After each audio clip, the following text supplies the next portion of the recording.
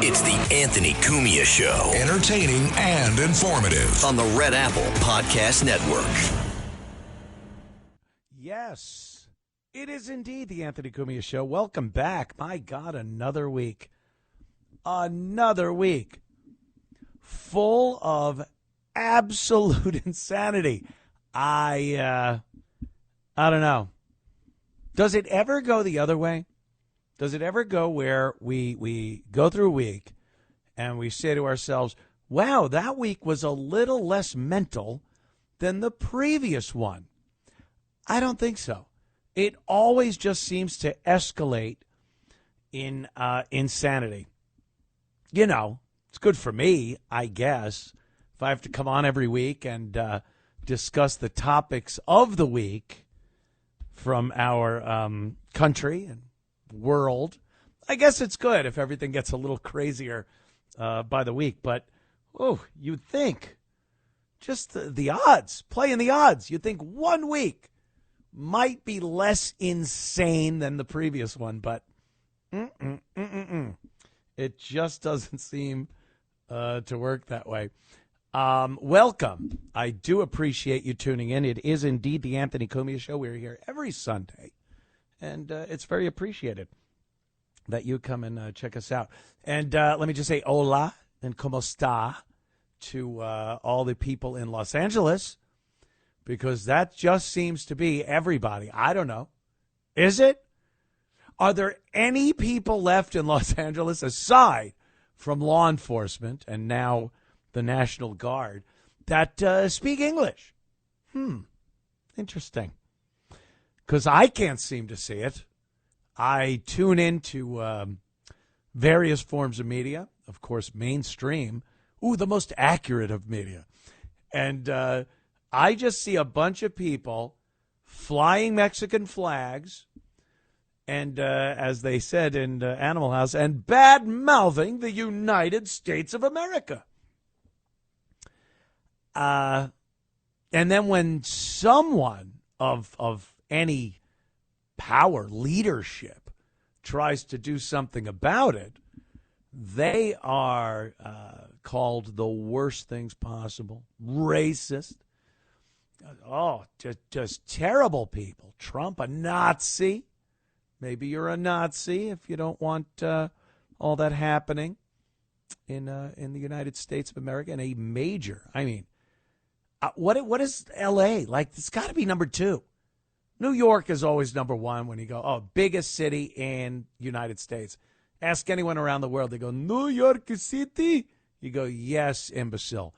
Yes, you're right.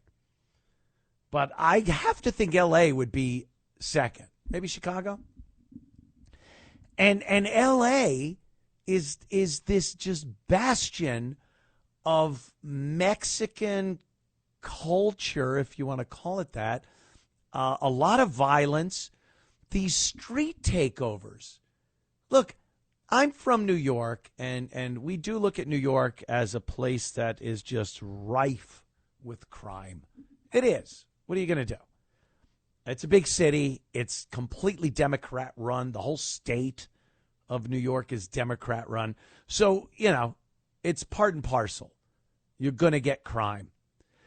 But I have never seen a street takeover in New York City. Every so often, a few years ago, and I'll tell you, I credit the NYPD with this. They've gotten rid of these scooter gangs. Oh, yeah, look out. We've had scooter gangs. Sounds like something the Little Rascals would do. But it was a bunch of people either of some foreign land or perhaps some impoverished projects, and they would have these little scooters and ride around in packs, just generally harassing everyone, driving on major thoroughfares and screwing up traffic. And the NYPD really put a stop to that. I don't know how they did it, but you don't see that happening anymore. But these street takeovers that are just unbelievably prevalent in Los Angeles and Oakland and San Francisco. San Diego to some extent. These things are happening. No one ever seems to want to put a stop to them. You don't see police showing up at these things. In the few videos I've seen where police did show up, they were scared away. The police were made to leave. And they do donuts. And if it's a great night, the rear quarter panel of one of the vehicles smashes into some obese person and flings them for tens of yards. And that's the part where I just start cackling and laughing like what they call a schoolgirl. So I do appreciate that. But you would think that law enforcement would put a stop to this stuff. Gavin Newsom doesn't seem to want to do anything about it. He's the governor of the state. I understand there are many cities in the state of California, Los Angeles being one of them, the largest of them. So maybe you could go, well, Gavin Newsom, he's very busy with Fresno, I guess. He's very busy with the likes of Bakersfield. So maybe L.A. is a little out of his jurisdiction. So then you'd think you could go to people like Maxine Waters, maybe. She's a congresswoman. She's in charge of what? San Francisco. She's nothing. We get nothing out of her except love and adoration for illegal aliens that are doing nothing but screwing up the works. So then you got to think maybe we can go to the mayor, right? We go to the wonderful mayor, Karen Bass, who almost burnt down her entire city through incompetence and DEI appointments of fire department officials. And she's just saying the same thing. We'll get to some clips a little later in the show. But all of the people I just mentioned have done nothing about the unbelievable levels of crime, violence, assault, arson that is going on. And the second somebody wants actual law and order, and they go, well, the police, the Los Angeles police and sheriff's department, they don't seem up for the gig. And I don't even know if I can blame the LAPD. They have been just trounced like a beaten dog or an abused wife or they have, over the course of decades now, everything the LAPD has ever done to try to curtail the rising crime, gang violence in the city, they have paid for it with incarceration, with death, with zero praise. Zero praise. So I can almost understand how the LAPD doesn't even want to dip their toe in this new disaster, which is the mostly peaceful protests going on in L.A. as we speak in support of immigrants. I think that's what they say, immigrants. Let me check the paper. Oh, illegal aliens. Ooh, they just never seem to want to say that. They say immigrants, people, not even citizens. They can't even bring themselves to say that they're people living in the city. But to all the people that I've talked about, the mayor, the governor, Congress people, they do not want to even mention that these people are here illegally. We need to get them out. And there's only one way to do it. The old, and I love it, round them up,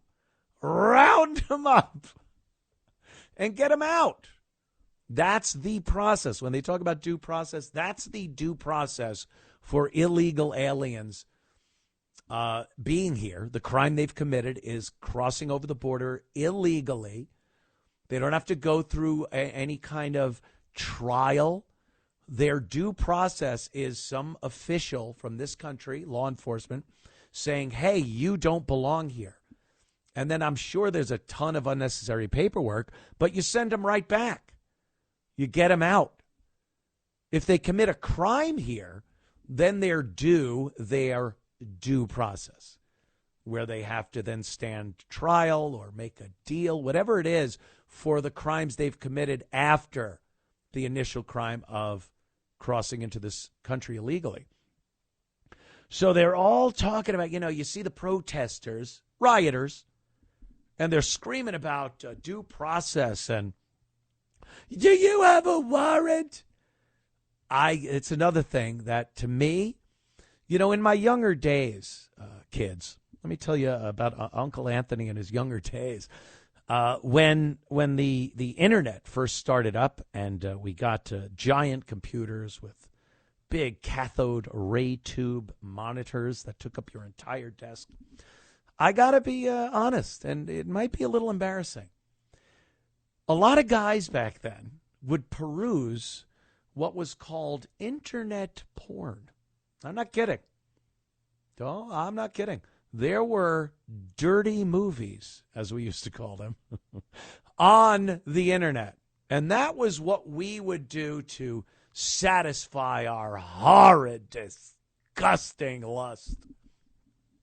Now, for me, it's police body cam videos. Oh, yeah. That is my new porn. That is my new satisfaction, visual stimulation. And I can't get enough of it. And I watch this morning, noon, and night. It's fantastic. And what I've seen of late going on in Los Angeles, the rioting, it's not protesting. It's fantastic. You know why? Because they're sending in the National Guard and the police department and other law enforcement to back up the castrated Los Angeles Police Department. I feel bad. I feel bad for the LAPD. But these video clips I'm seeing, the tear gas, the paintball guns with the powder in it, the pepper powder, the concussion grenades. Oh, I'm shaking right now. I might have to take a shower during this commercial break before I come back, a cold shower, because just talking about this is getting me all worked up. The Anthony Cumia Show will return. We'll take your calls on this topic. And, back in moments. Don't go anywhere. It's the Anthony Cumia Show on the Red Apple Podcast Network. It's the Anthony Cumia Show on the Red Apple Podcast Network. The Anthony Cumia Show. And we are live. We don't tape it and send it in, kids. We are live right here on this beautiful Sunday evening. And we're talking about the situation in L.A., the riots. These are not protests. We've already seen the mainstream media. It is astounding how they just continue these same lies over and over and over again. We remember this in 2020. We remember this in 2020 with the George Floyd riots. And what did the mainstream media do? They sent some people out. The backdrop was literally a flaming fast food restaurant. And the reporter on scene was saying mostly peaceful protests, mostly peaceful. And they were called out for, in an embarrassing fashion, called out for saying, are you insane? Are you calling arson, destruction, assaulting law officers mostly peaceful? There's literally a fire behind you. And they took that to heart, I guess, because here in 2025, they're saying the same thing, mostly peaceful. I've seen videos of a gang of protesters pouring a can of gasoline over a Jeep engine and lighting on a fire, almost blowing themselves up, which would have been a treat. But they're using the same lines.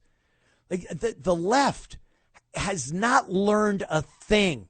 They've not listened to one word anyone has said about how embarrassing they are in how they react to situations like this. Let us speak with Paulie from Westwood. Paulie, what's up, man? Anthony, How you doing? I used to listen to you years ago with Opie and Anthony. Yes, back in I'll the tell you right now, 30s. I remember pre-war. I was more of a Howard Stern fan. I listened to you two So was I. guys, but I was more of a Howard Stern fan. I was too before I got in radio, to tell you the truth. Yes. Are you going to bring back WOW? No, I don't think. I think the WOW thing, Why the not? whip 'em out time. Wednesday. Perfect. It was right back on the air, Paulie. It was more suited for a younger shock jock than a 64-year-old conservative talker. If you did it now, I guarantee it'd be a trend. Well, it might make the news as they drag me away and put me in jail. Paulie and Anthony are going to jail. Yeah. Sex. But you're out in Westwood. You got something on the riots in California, Paulie? Yeah, definitely. I just got off the phone with my cousin. Like, she's totally left wing, and her daughter is a cop, right? I said, you don't want the National Guard behind your daughter? Yeah. And she goes, absolutely not. It's going to escalate into more. I'm like, your daughter's on the front line, and she's like, no. I'm like, that's how far out these people are. That is amazing. Can you believe that? I'm like, you don't want nobody watching your daughter. She goes, nope. Paulie, can you believe that your own relatives, but most of the people out there seem to believe that the National Guard is more of a danger to them than these illegal people that have come over the border, that are committing crimes on the daily, that right now are burning and assaulting and doing incredible damage to the people and infrastructure of Los Angeles. But they think the National Guard is the danger. They think this is like Kent State back in the 60s. I know. That's our people. 72? That's who protects us. 72. And we're not they don't want us protection right from, demonstrations. What happens when we go to war? Yeah. We're screwed. Oh, please. We are not a country ready for any kind of real war these days. Like, if you look at New York today, New York's prepared. Did you see the parade? They're not allowed to be on the streets. They only had all the people that were watching the parade were on the street itself. Like New York does have a great way of policing. What they don't do well is take care of the subways, the people that are there. When there's an event, they know how to deal with an event. They put out a massive presence of cops, and it's very difficult to do anything harmful in those events. But the day-to-day stuff, the subways, walking down the sidewalk, you'll get cracked over the head with a cobblestone from 1805. I was in New York City Guard for 25 years. Oh, jeez. I used to work at night, and every night, I loved going to work back in the 80s and 90s. Entertaining. I loved going to work because you would see something different every day, Yeah.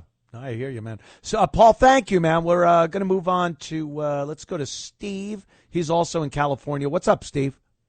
Hey, what's going on, man? I just watched Karen Bass do a press release, live one. It's like, it's the federal government's fault. That's why this is happening. It's like, I don't think so. I think this is going to happen either way, but well, when you dump that many illegals into this country, tens of millions over the past 4 years alone, and then someone wants to clean it up, it certainly isn't going to be an easy thing, but you would think the people in charge would be for something like this. It's devastating your state, your communities. I mean, financially alone, it's devastating. But then if you don't even want to be the bean counter or you're only in it for money, people are being harmed by this, their livelihoods, their lives. And why wouldn't you, as someone supposedly representing the people, want to do something about it? It's all ass backwards. Yeah, it's like NIMBY. It's not in my backyard for her sake. It's also for me as well because I don't live in L.A., but this also looks like I hate to go Alex Jones on you, but when do we see this last? Like you said, 2020. Yep, 2020. This amount of numbers, this amount of protest coverage. Steve, you're absolutely right. And another thing I've seen creeping up in the news, a new COVID variant that has just found its way into the United States. You don't think they can't even come up with new stuff to bitch about. They use the same playbook. You don't think in maybe a year or so, they're not going to start pulling this COVID thing, and then the racism riot thing, and the xenophobic thing. They always work the same playbook. So I think you're absolutely right. They're doing exactly what they did last time, 2020, and we'll see what happens. America had a bird flu that no other country had. I'm just saying. Yeah. Yeah.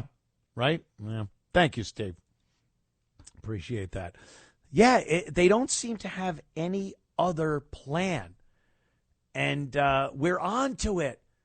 We're on to it. No one with any piece of a mind is watching mainstream media and listening to their agenda, the same nonsense for years and years, and going, no, I'm still buying this. Oh, there are people doing it, but they're considered mentally ill, severely, profoundly mentally ill. We see it.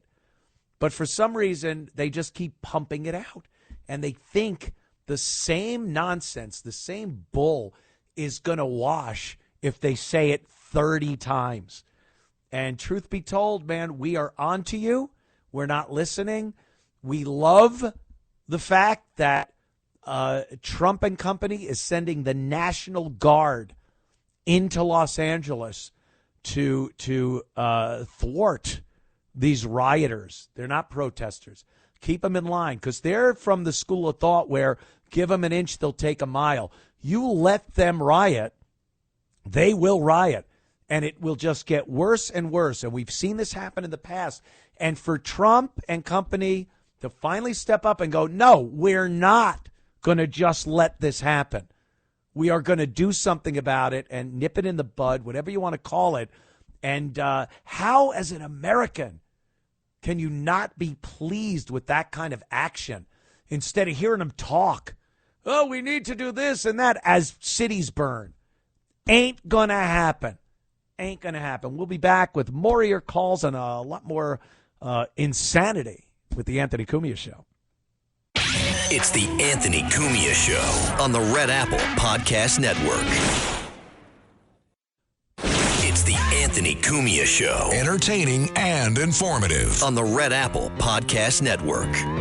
The Anthony Cumia Show, of course it is, on this beautiful Sunday evening. I am one of these people that love when it's light out at 8:30 at night. I'm looking at my window right now. It's like the afternoon.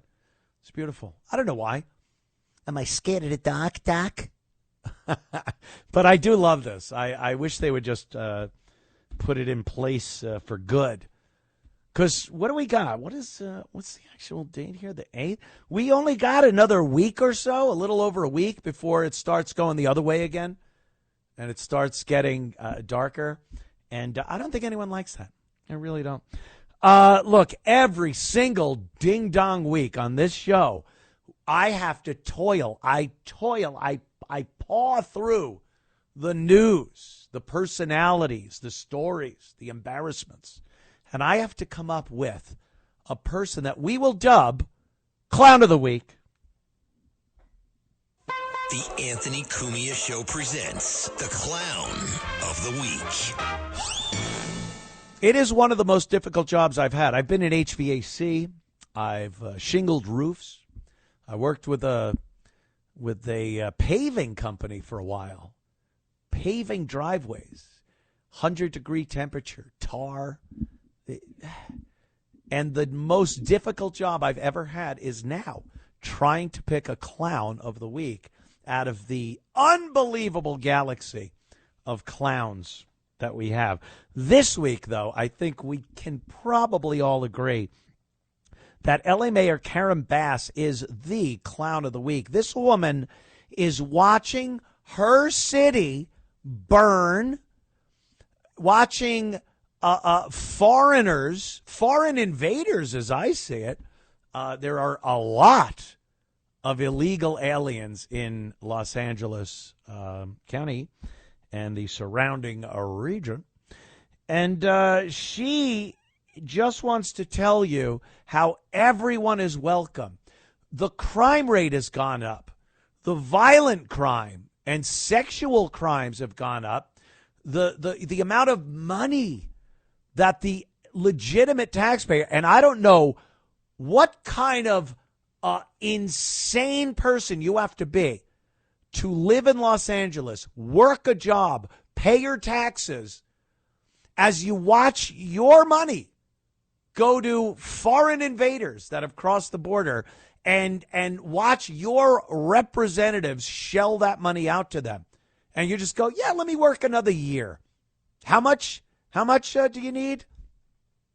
While I try to make car payments and rent and raise a family, you're going to dip into my pocket because everyone is welcome, regardless of if they go through the process legally or not? Well, that's your mayor, Los Angeles, Karen Bass. She has a knack for fire. She loves a little spark in life and almost burnt down your city. But here's Karen Bass, and she's talking about protecting these, she doesn't call them illegals, immigrants, from ICE. Let's listen, shall we? We are going to fight for Angelenos, regardless of when they got here, whether they have papers or not. We are a city of immigrants, and this impacts hundreds of thousands of Angelenos. Angelenos. First of all, I don't even like that. Sounds a little too Spanish. Los Angelesers, Angelenos. So she's putting them in the category that you are in, Mrs. Resident of Los Angeles. They're just another Los Angelino. So when she says that, she's pretty much flipping you the bird and saying, fess up. How many hours you put in this week? Well, that's this much money that we're going to get that I'm then going to hand over to another Angelino, because I consider everyone that, sets foot within the boundaries of your city to be legitimate citizens that deserve all of the things that are offered and paid for by the working people. And I know damn well California, and especially Los Angeles, has lost an immense portion of their population to people that have said, what? I have had it. I'm leaving. Austin, Texas is full of former Angelenos that have had it. By the way, also, don't know why you'd move to Austin. Austin is pretty much turning into Los Angeles. But why would you do that? Do a little research. Find a place that isn't just going to take your money and hand it over to what amounts to foreign invaders. These people don't want to be American. They're proving it. They're on the streets waving Mexican flags, assaulting American law enforcement, and Americans are backing them and sticking up for them and joining in the fray. And you got to ask yourself, what type of American does that? And they honestly believe they're being the American, what our forefathers thought. Migrants. Did you hear her? Did you hear Karen Bass? Migrants, immigrants have built this city. Angelenos are made up of immigrants, not illegal immigrants. And when you're at the point now, drive around L.A. I mean, look, like I said, it's a big city, and a lot of people visit L.A. They have business in L.A., whatever it might be. When you drive around Los Angeles and you look out your car window, driving down some of the most famous roads, Sunset, Ventura Boulevard, wherever you might be, do you see what it looked like during like Mannix or Cannon? Watch some of the old L.A. detective shows. I'm a huge fan. And when I watch Mannix and you see Joe Mannix is in L.A. or Frank Cannon in L.A., and he's talking to some guy, getting some info so he could get the skinny on somebody he needs to investigate. That city was amazing. It was just like any other American city. A lot of white people. A lot of, it would look like respect for America and law enforcement. I know it's a TV show, but they were filmed on location. Not like they just filled up a fake studio with people. This is what it was like. And now if you drive around, you would absolutely believe you are in Mexico. Yes, Mexico. And is that good? How is that a good thing? Well, people like Karen Bass might tell you it's a good thing because migrants and immigration was amazing and built our nation and contributed to Los Angeles. Yeah, to a point. Anything in excess is not good, even if you think it is. I know some of you are putting something through your head and go, yeah, that would be nice every day, 24 hours. It's just not. You'll chafe. You'll get chafing. Trust me. But a lot of people think, that the more the better, because immigration at some point in the United States of America was advantageous. At some point, bringing people from other countries to America to become Americans, to assimilate to the values of this country, to have similar ideology about what America is, was a great thing. Yes, of course it was. So if we do that times 10,000, it's going to be 10,000 times better.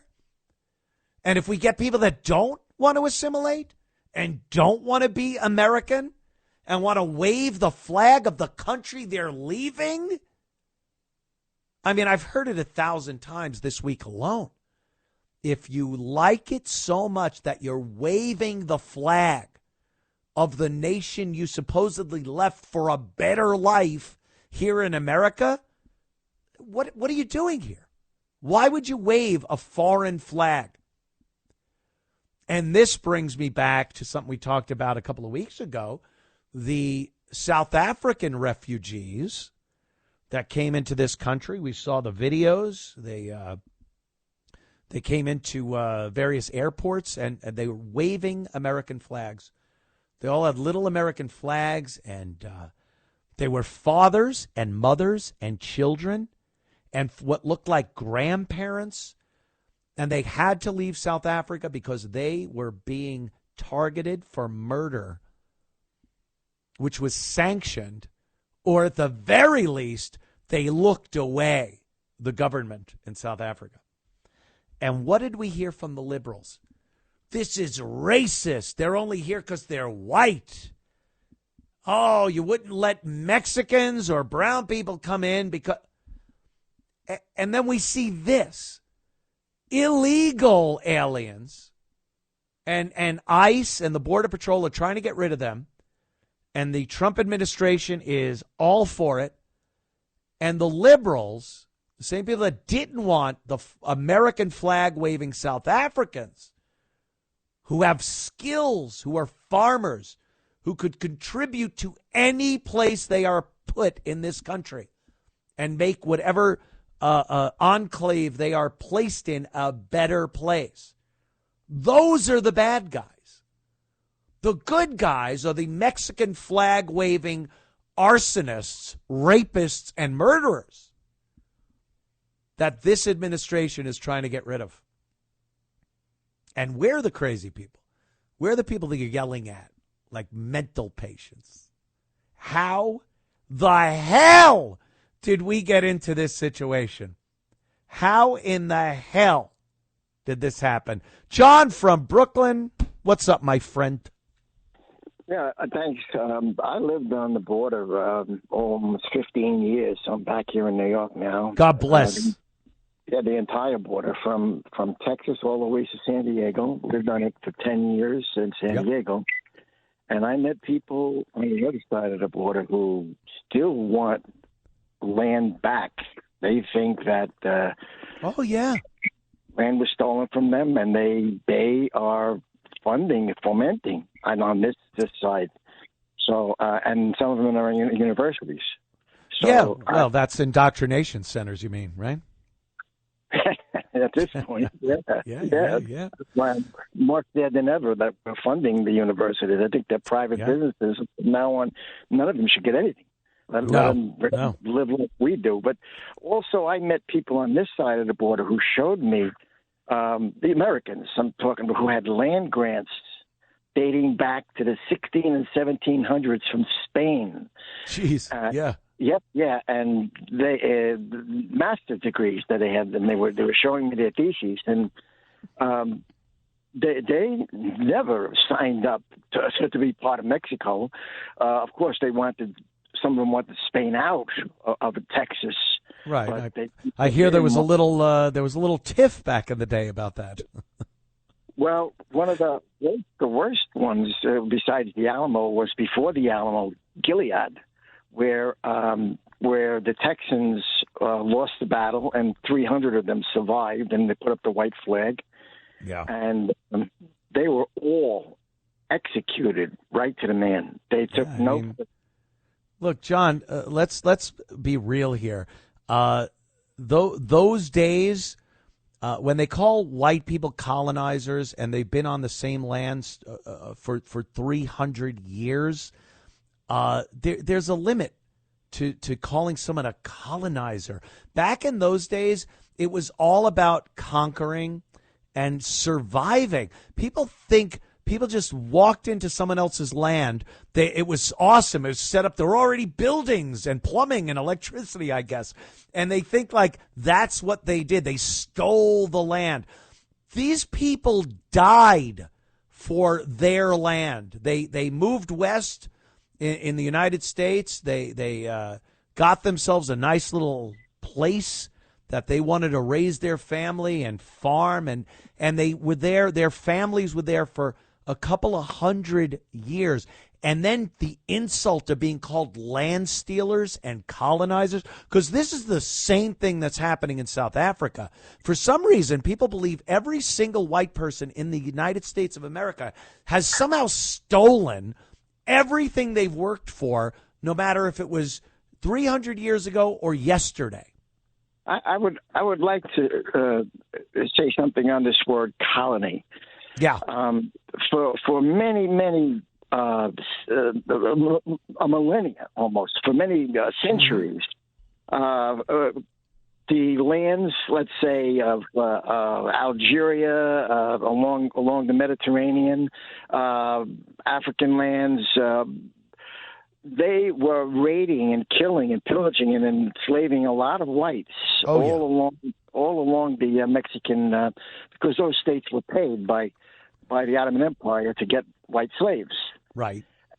And it was so bad that France literally had to invade Algeria and colonize it just to stop them from taking all these French people and making them slaves. Yeah. Well, that's kind of what happened with 1812 with the English and Americans, and they were taking them off of ships and putting them in their military. At some point, you have to say this has to stop.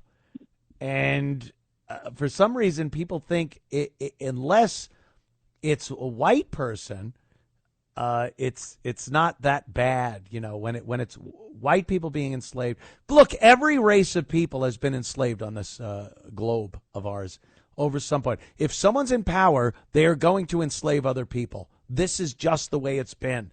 So it's not mutually exclusive to any single religion or race or people. But for some reason, like I said, in this country, America, there seems to just be this big problem with the fact that white people have done very well in this country, and the fact that we want our laws adhered to. makes us horrible colonizers and whatnot. John, thank you so much. John from Brooklyn. I used to live in Brooklyn. It wasn't too bad. I lived in that Italian area. Where was it? Bay Ridge. And I lived there like in the late 90s, early 2000s. So it was awesome. The Yankees were on a tear. So I'd go to the bars, the local bars up on Fifth Avenue and Third Avenue in Brooklyn. And, boy, what great memories. Right up until a little date called 9/11. And then everything went to crap. I don't know what happened. Well, I know what happened, but I probably shouldn't speak of it right here, right now. Oh, my God. Yeah, I mean, look, we've heard many, many times that we are the oppressors and we are the people that have taken over and colonized and invaded. The borders are what they are right now. You could argue why they're there, if they should be there, but they are there.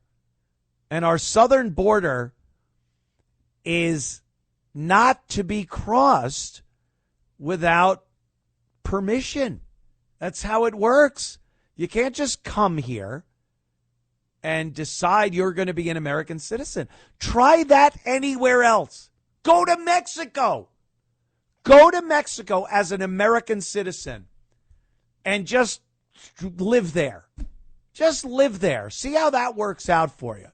Someone eventually is going to come up and go, wow, what are you doing?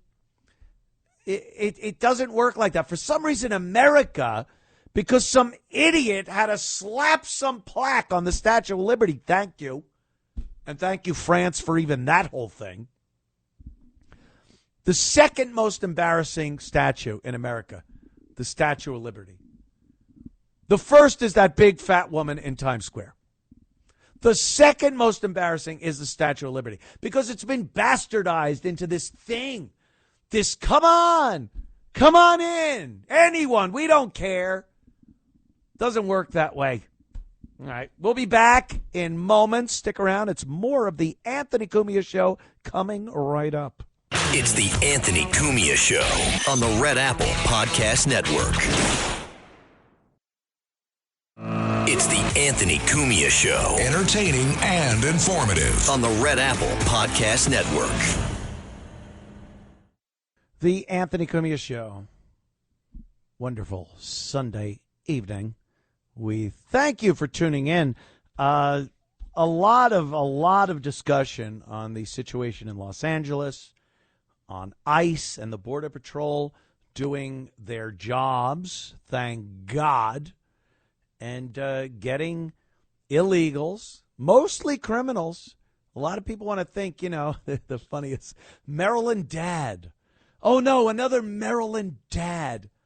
Imagine how much of a propaganda machine you need to be as a news entity like mainstream media is in this country to call a reputed human trafficker, criminal, illegal, alien, and God knows what else, and call him out of every name you could pull out of the hat to address this guy in your news story. It's Maryland dad. Get out of here. God, I hate these people. Maxine Waters, this woman, I'll give it to her. She's like as old as Methuselah. She is this just old, doddering, old, out-of-touch fool that she is. But, I guess it's a politician thing to have an instinct. Like it's just ingrained into their ROM memory. It's part of their hard drive. It's part of their operating system to know when something happens to get your face in front of a camera. They just know this. It's instinctual. And Maxine has been at this game a long time. So when Donald Trump and the Trump administration and law enforcement, Border Patrol and ICE, decide that they are going to start taking down these illegals in Los Angeles, and it's going to cause a little bit of a fracas, and there's going to be riots and looting and arson and assault, who shows up? Maxine. That's right. Maxine shows up with her James Brown wig and her stop sign red lipstick, and she will step up. And one of the things I wish, this is where I really wish this show had that video element, but we get by. But there is a clip making the rounds on social media. She walked up to one of the L.A. federal buildings that was being protected by real law enforcement.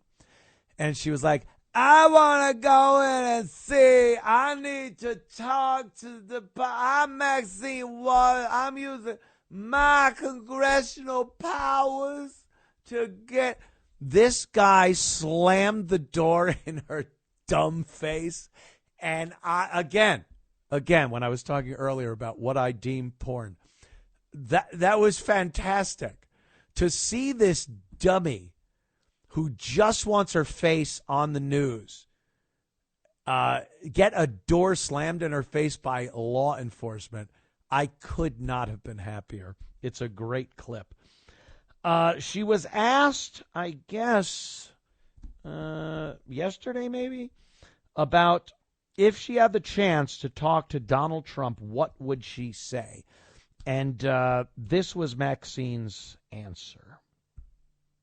Stop here, where the guns, I want y'all to take pictures of these guns and let people know that they're in our city with guns, and I'm sure they have orders to shoot and kill. I don't know, but otherwise they wouldn't have guns. One question, Representative Ms. Waters, if there's one statement that or a message that you can send to Donald Trump, what is that message here today? My message to Donald Trump is you are a cruel human being, and that you're using the poorest people in the land, the most vulnerable people in the land, to promote your politics. You are wrong. We know what this is all about. We have people who are immigrants here who are trying illegal to a better living. Who've come from places. All right, we could fade out of Maxine. The thing I found so funny about that, she goes, they have guns. I'm sure they have orders to shoot to kill. I don't know. So she literally goes, I'm sure they have orders to shoot to kill. I don't know. Well, are you sure? Or do you not know? They're the most vulnerable are they the most vulnerable? Yeah. Why are they here? They're illegally here. So again, I mean, this is leadership. These are the people that have been elected to represent the various districts of the state of California. And look where her priorities are on foreign invaders. We will be back in moments with a lot more of your calls and a lot more of the insanity and madness going on in the world as we continue with the Anthony Cumia Show. It's the Anthony Cumia Show on the Red Apple Podcast Network. It's the Anthony Cumia Show. Entertaining and informative. On the Red Apple Podcast Network. The Anthony Cumia Show. Welcome back. Appreciate your support in listening to this very program on this Sunday evening. Boy, a lot more going on, you know, obviously, while Karen Bass and Gavin Newsom and Maxine Waters fiddle, while California and, more importantly, L.A. burn. There are other things happening. So let's take a look at some other things going on. Of course, we all remember Jake Tapper he wrote a book the other that he put out, and he's been talking about it nonstop for quite some time. And all it is making excuses for the mainstream media.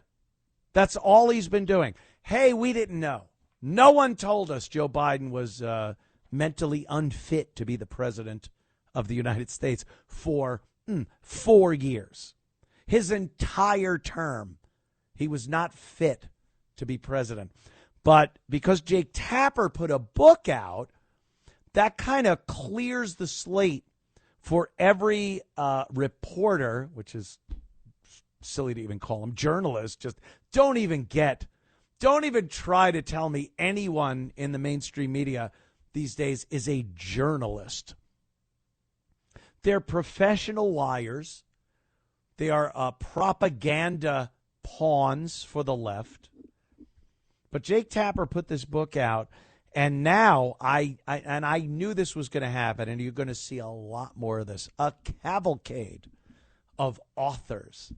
Everyone's going to be an author now of a new book about their time in the White House or in the press, wherever it may be, that they had some inside information on Joe Biden and his lack of mental acuity for 4 years. But also in these books, they will put in how they just didn't know. These are investigative journalists, reporters, and they somehow just didn't know. We all did. I guess I should have gone into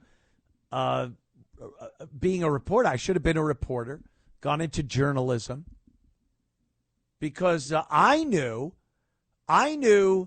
during the 2020 campaign that Joe Biden was in no condition to run for president of the United States, never mind be the president.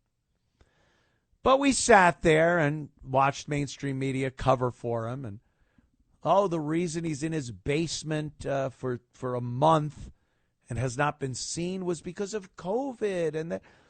And then we just saw the 4 years of falling down and babbling and the miscues, mistakes, all of it. And we watched the media cover for this guy nonstop.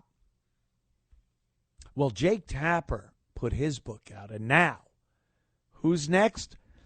Karine Jean-Pierre. That's right. The Shirley Temple-headed press secretary for the Biden administration. She would come out in front of the media, in front of that podium, and just lie. Everything she said. She'd open that binder of hers. Every question that was asked, she had to flip through those pages and come up with whatever the real presidents, and I'm sure there were more than one, whoever was actually filling that office, and they would all just listen to her and go, no one said anything. Peter Doocy was pretty good, but, without having to be a complete conspiratorial mental patient, I kind of think sometimes he was a psyop. What do they call it? Programmed opposition. I like that Peter Doocy guy. He's asking the real questions. And then at the end of Biden's tenure, you see Doocy and Jean-Pierre are just shaking hands and hugging and kissing. And you're like, what is this? Remember the cartoon, Warner Brothers cartoon, with the coyote and the sheepdog? And they would fight, and the rocks on the head and the rope with the noose and the pulling off the cliff. Just unbelievable violence upon each other, the entire cartoon. And then the whistle would blow, and they'd punch out, and they go, okay, see you tomorrow. That's what this is. And we all look at it like, yeah, go get him. Peter Doocy's really hitting her with some tough questions. All right, Sam, see you tomorrow. That's what we watched for that 4 years. And I don't know, maybe in hindsight, I'll see that that's kind of what we're watching during the current administration. I don't know. But it's, you know, it all seems to be lies. So Jean-Pierre, she put a book out called Independent. It's called Independent. She here's her way of doing what Jake Tapper did. Jake Tapper, being a reporter, a journalist, he wrote his book and went into it as a guy that is explaining how the media was deceived by the Biden administration. That's how he went into it. And this is the way he can try to get the public's forgiveness for the mainstream media, which, by the way, sorry, Jake, ain't happening. We're on to you. You're liars. So Jean-Pierre's tack on this whole thing is independent. Hey, I saw things I didn't appreciate in the Democratic Party and in the Biden administration. So I'm changing my political affiliation to independent. All right. So are you just now crapping on the entire political party, the Democrats? You don't like it? Because that's what we were saying. That's what the reporters that really wanted to ask you real questions about the Trump administration were saying, or Biden administration were saying. And, well, let's listen to some of her own words here and hear why she backed out of the Democrat Party, went independent, and what her take was on when people said that Joe Biden might not have had the mental acuity needed to perform the duties of the presidency. Let's listen. Hi, I'm Karine Jean-Pierre, and I am the new book that's coming out this fall called Independent. It's coming out on October 21st, so please do grab it. And the reason I wrote this book, coming out of the White House, you know, serving as White House press secretary was an honor and a privilege. But since I have left, the people that come up to me, strangers that come up to me just across the country as I'm traveling, and sometimes right in my neighborhood, at a grocery store, supermarket, airport, my daughter's school, the number one question they ask me is, Karine, how do we get out of this? How do we protect our democracy? How do we protect vulnerable communities among us? What do we do next? Because we don't have answers here. That's what they ask me. And this is my answer. And what I mean by that is, in an era of misinformation, disinformation, the regressiveness of social policy, what we're seeing currently right now, what I have decided to do, and I really have thought long and hard about this, is to follow my own compass.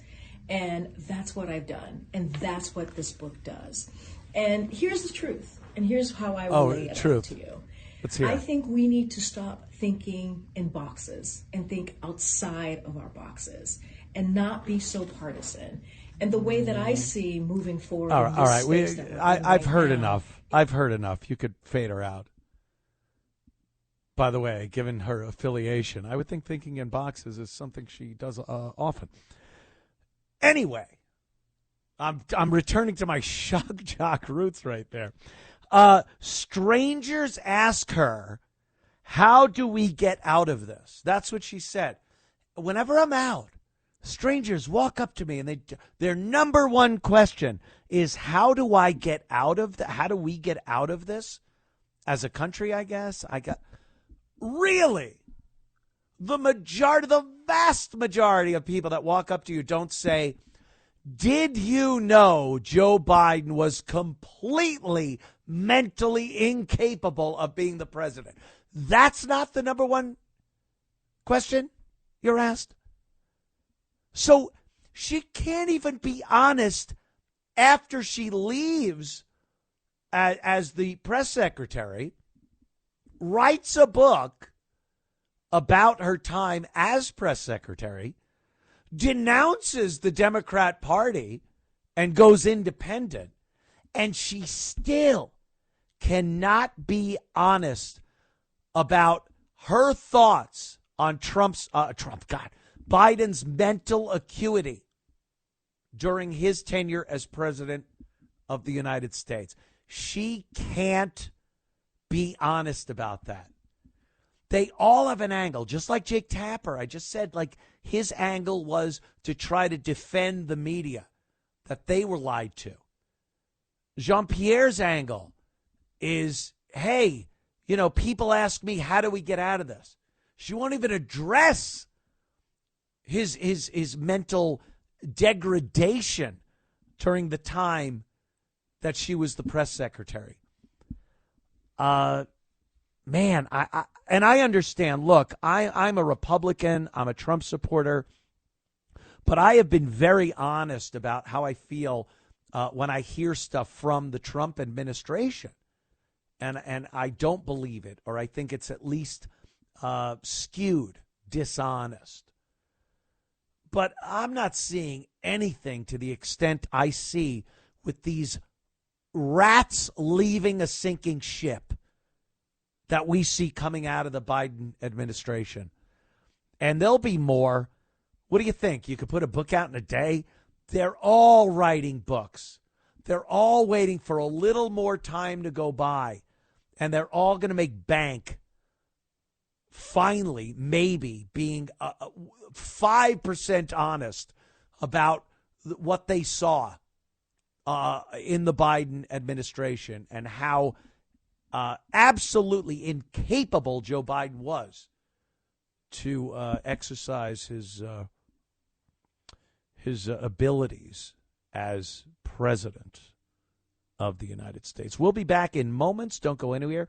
The Anthony Cumia Show. It's the Anthony Cumia Show on the Red Apple Podcast Network.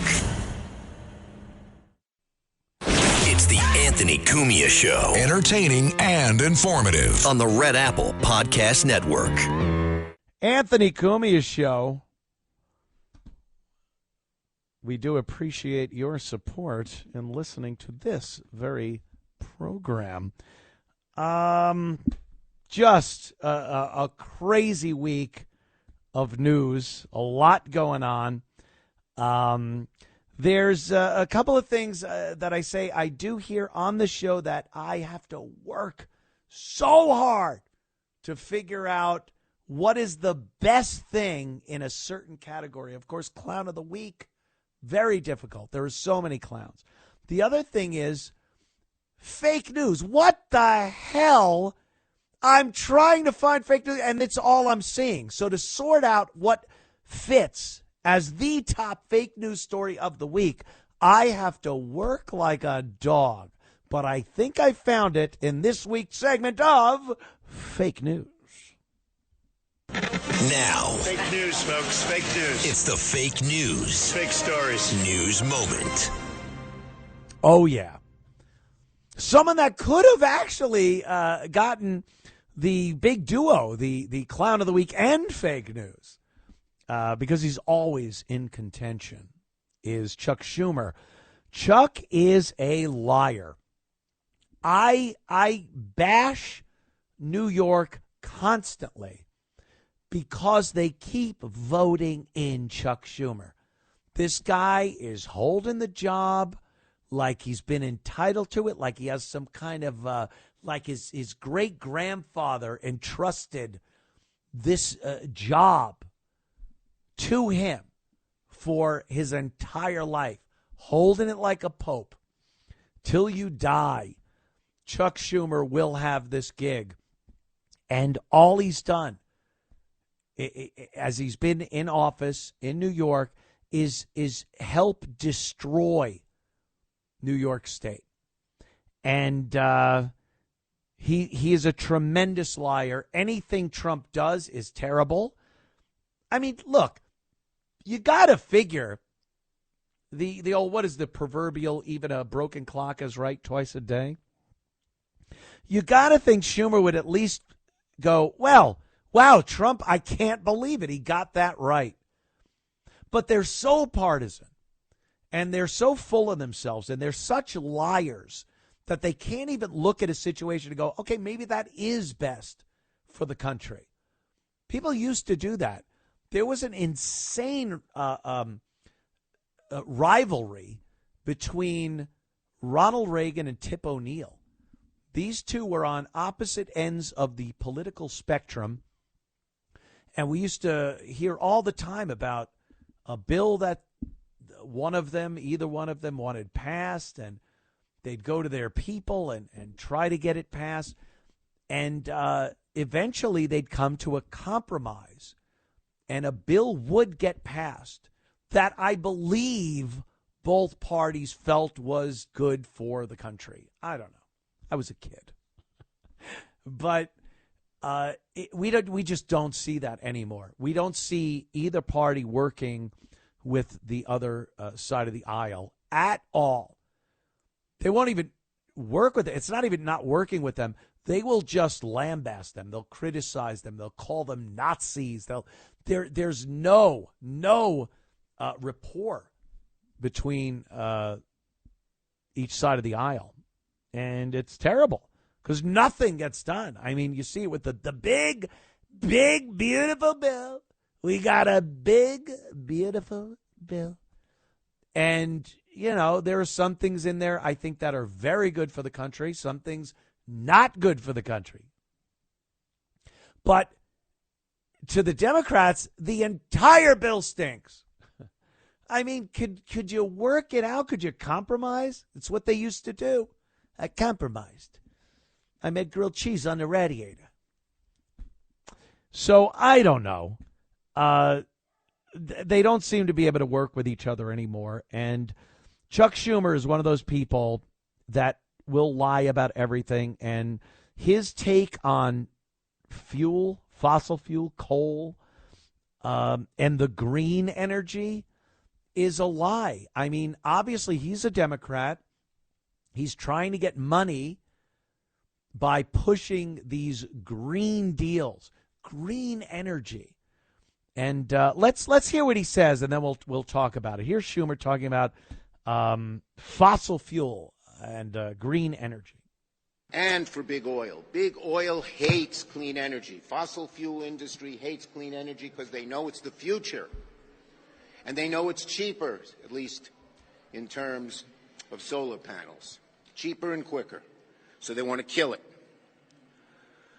But everyone knows America needs clean energy in order to meet demands moving forward. Nothing's cheap and quick to build as clean energy. We need 10 times as much electricity to continuing powering breakthroughs in AI and stay ahead of China. With their bill, the Republicans want to raise taxes on the domestic energy sources that are set to deliver more than 80% of the power, of the new power, in the next year. So let me be clear. If this bill passes, your electricity costs are going up. Lies.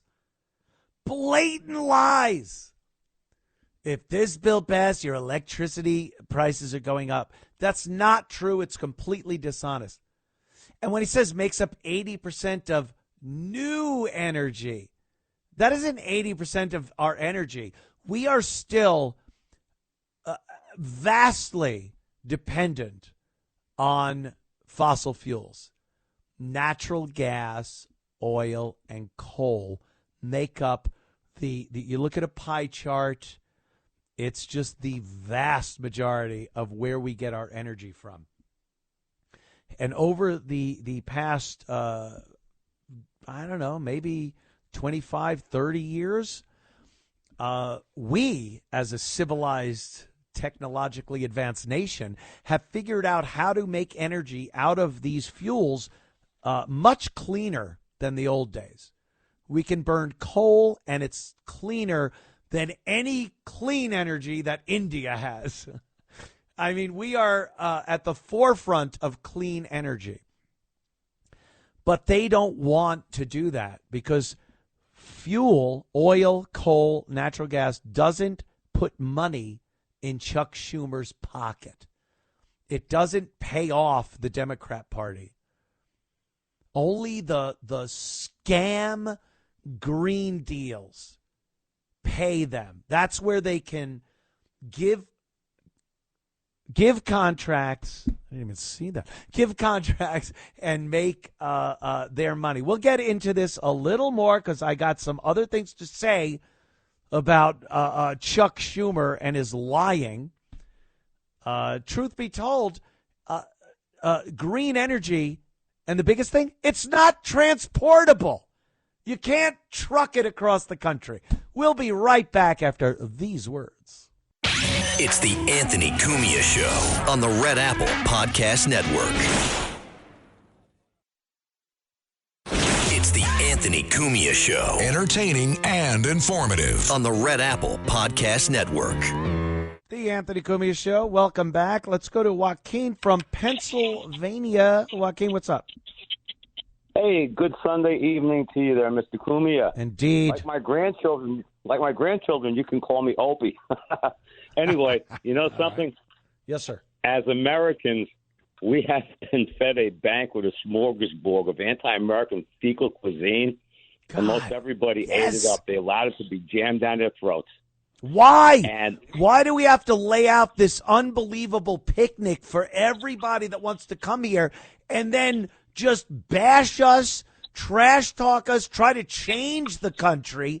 And all we did was like open the border for some damn reason and allow them in to eat at the banquet. Well, I wish it was the banquet of crap that we've been fed, but unfortunately it's not. You know? Yeah. And you know something else? Do you see Russian communist immigrants, Chinese communist immigrants, not the operatives, South African immigrants, or even Vietnamese? I had friends that fled Vietnam. Sure. You know, do you see them waving their flags from their original countries? Never. Never. I don't think so. When we have people that come over to this country that are genuinely refugees or people that needed to just get away from an oppressive government, poverty, and actually went through everything that needed to be done legally to become an American citizen, the last thing they would ever want to do is wave the flag of their former country. But we get people that invade our country under a foreign flag. Well, that sounds like war to me, Joaquin. Yeah, and you know, think about it this way, too. Everything's been a big lie that everyone ate up, okay? Just imagine, you know, when the white man came to the continental North America, it was just a beautiful, peaceful paradise. It was everyone lived in peace and harmony with an occasional child sacrifice thrown in, okay? And that's funny. They conquered each other just like everybody else did. The history of mankind has been those who conquer and those who have been conquered. And I don't feel like being conquered. And another thing, we have to wake up and realize that there's been a constant struggle between Islam and Judeo-Christian civilization. And earlier, you know, somebody brought that up. We had the two wars with the Barbary pirates because they were capturing white people, and there's just as many white slaves in Africa as they had here. And here's the other interesting thing: if people really woke up and knew the history of slavery in Africa, that was basically the Muslims who were the main propagators, the vehicle, you know, behind the slave trade. Yeah, and it was the white man that ended slavery. And in the meanwhile, slavery has gone on in Africa and everywhere. They didn't care about your skin color over there. You know what happened? You know what happened over the course of history, Joaquin? I think Western civilization got so advanced so quickly that people have this assumption that it was always like that. We all went through phases where conquering was a thing. Horrible wars and the need to expand your domain and all that stuff was part of what went on this planet. And we just happened, as Western civilized people, just happened to work it out where we were able to stop doing that for the most part. I realize what happened a lot of times, especially during the Cold War, proxy wars, it's still going on. But I mean, literally going over with a huge army and conquering another nation and planting your flag. That was something that is in the past, but it was part of how things worked. And people look at us now and think, well, you're all civilized and you have this great culture and great country. You need to share it with everybody because you were such savages just a few years ago. No, we just happen to get very civilized very fast. And we don't do that anymore, but we're certainly not just going to cough up what we earned by just doing what was done during those times. Right. And New Yorkers are stupid for the most part. I'm sorry, but you know something? This guy, you're right. Ron Mondami, this guy is an Islamist, okay? He's a fundamental Islamist. He's Shia, okay, just like the mullahs and the yeah. And he defers, you know, when they ask him about Israel, what he does is he defers to the international law and international criminal court, okay, so that he doesn't actually have to say it. He wants New York to submit, you know, to international law. So that's his way around it. And, you know, people in this country, we need to wake up and we need to actually become American supremacists. Because really, American was supremacists. The history of mankind. What a great take on that, American supremacist, because that doesn't put race on it. It doesn't put any kind of religion on it. It's just, I want to be America first. And, that they don't seem to get it. And to think New York would be in a position where a radical Islamist would be up for mayor of New York City just, 25 years after 9/11 is insane to me. It's insane to me. And not to mention the Hamas flag. How is that any different from the Nazi flag? I mean, what these people are doing over there. I mean, this is, you know, and that's the other thing. These people in Palestine, they're all for Hamas. I mean, Hamas is their army, and you know, when you look at Hamas's charter, it says with these fundamental Islamists, their goal is ultimately there is no peace unless everyone submits to, you know, Islamic rule. To Islam, yeah. I mean, I don't think you'd be hard pressed to argue that point with anybody. I want Curtis Sliwa to be mayor of New York City. God damn it, let's do it. Yep. Thank you, Joaquin. Yeah, Curtis, he's our guy. He's all man. I love it. Oh yeah, I was talking about obviously the inept, incompetent Joe Biden as president, and the fact that Karine Jean-Pierre, his press secretary, puts a book out called Independent. She's trying to make some money off of kind of dipping her toe in the water that she might have known some things. It's, you know, tell-all books. Those are the ones that make money. Tell-all book. Jake Tapper did it. She's trying to present this book Independent as, hey, I was on the inside. I'll let you know what happened. But Bill Clinton, yes, he still lives and breathes. He was on a great show. I watch it every day called The View. Have you heard of it? Cackling Hens. I used to watch a video of they had a chicken playing tic-tac-toe. And they'd feed him a little piece of corn, and he would peck at the screen, and it would put an X. And it was like, oh, my God, the chicken just won tic-tac-toe. This is now The View to me. I go, look, a hen is trying to discuss American policy. It's like the tic-tac-toe chicken. But they had Bill Clinton on the other day, and he was trying to talk about Biden's mental health and mental acuity or lack thereof. And they're just all, you know, swooning over him.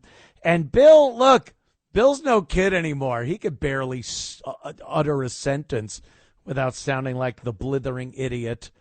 But let's listen to Bill Clinton talk about his view, his take when he would sit with President Biden and what he felt about Joe's mental acuity. Bill, can we hear from Bill?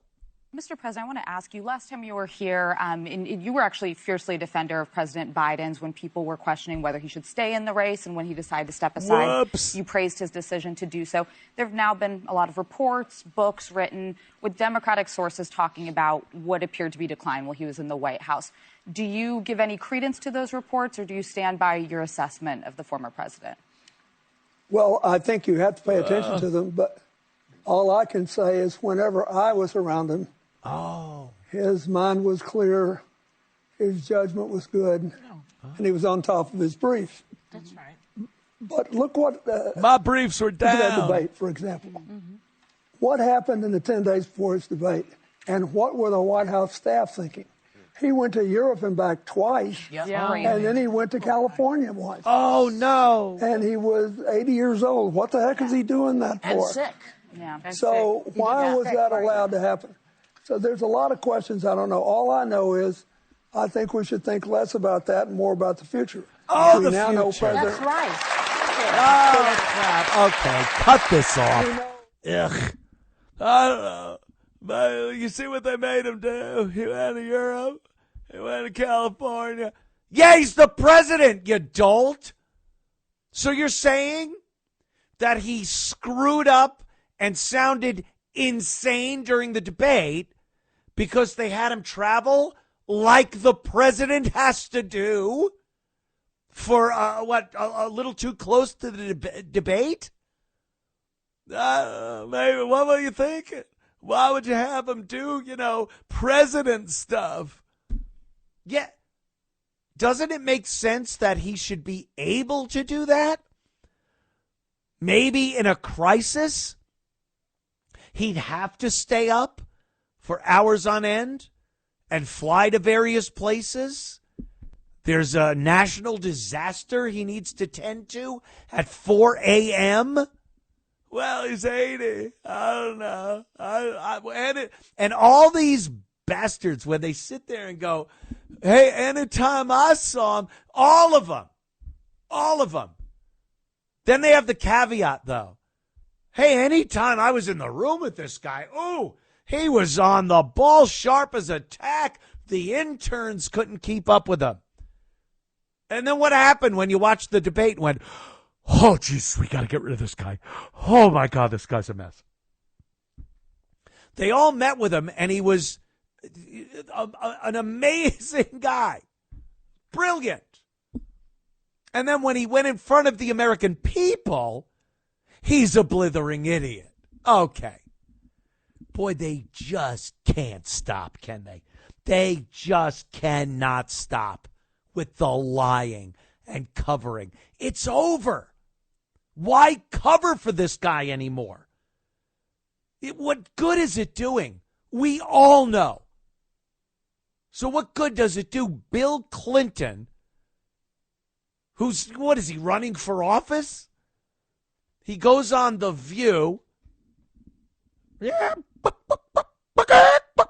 He goes on The View, and he can't just say, there were a couple of times where I thought maybe he wasn't quite right. You don't even have to go, well, he was just a blithering idiot. Can't believe it. He's talking he's just reciting lines from movies. What? Just say, yeah, he seemed a little off.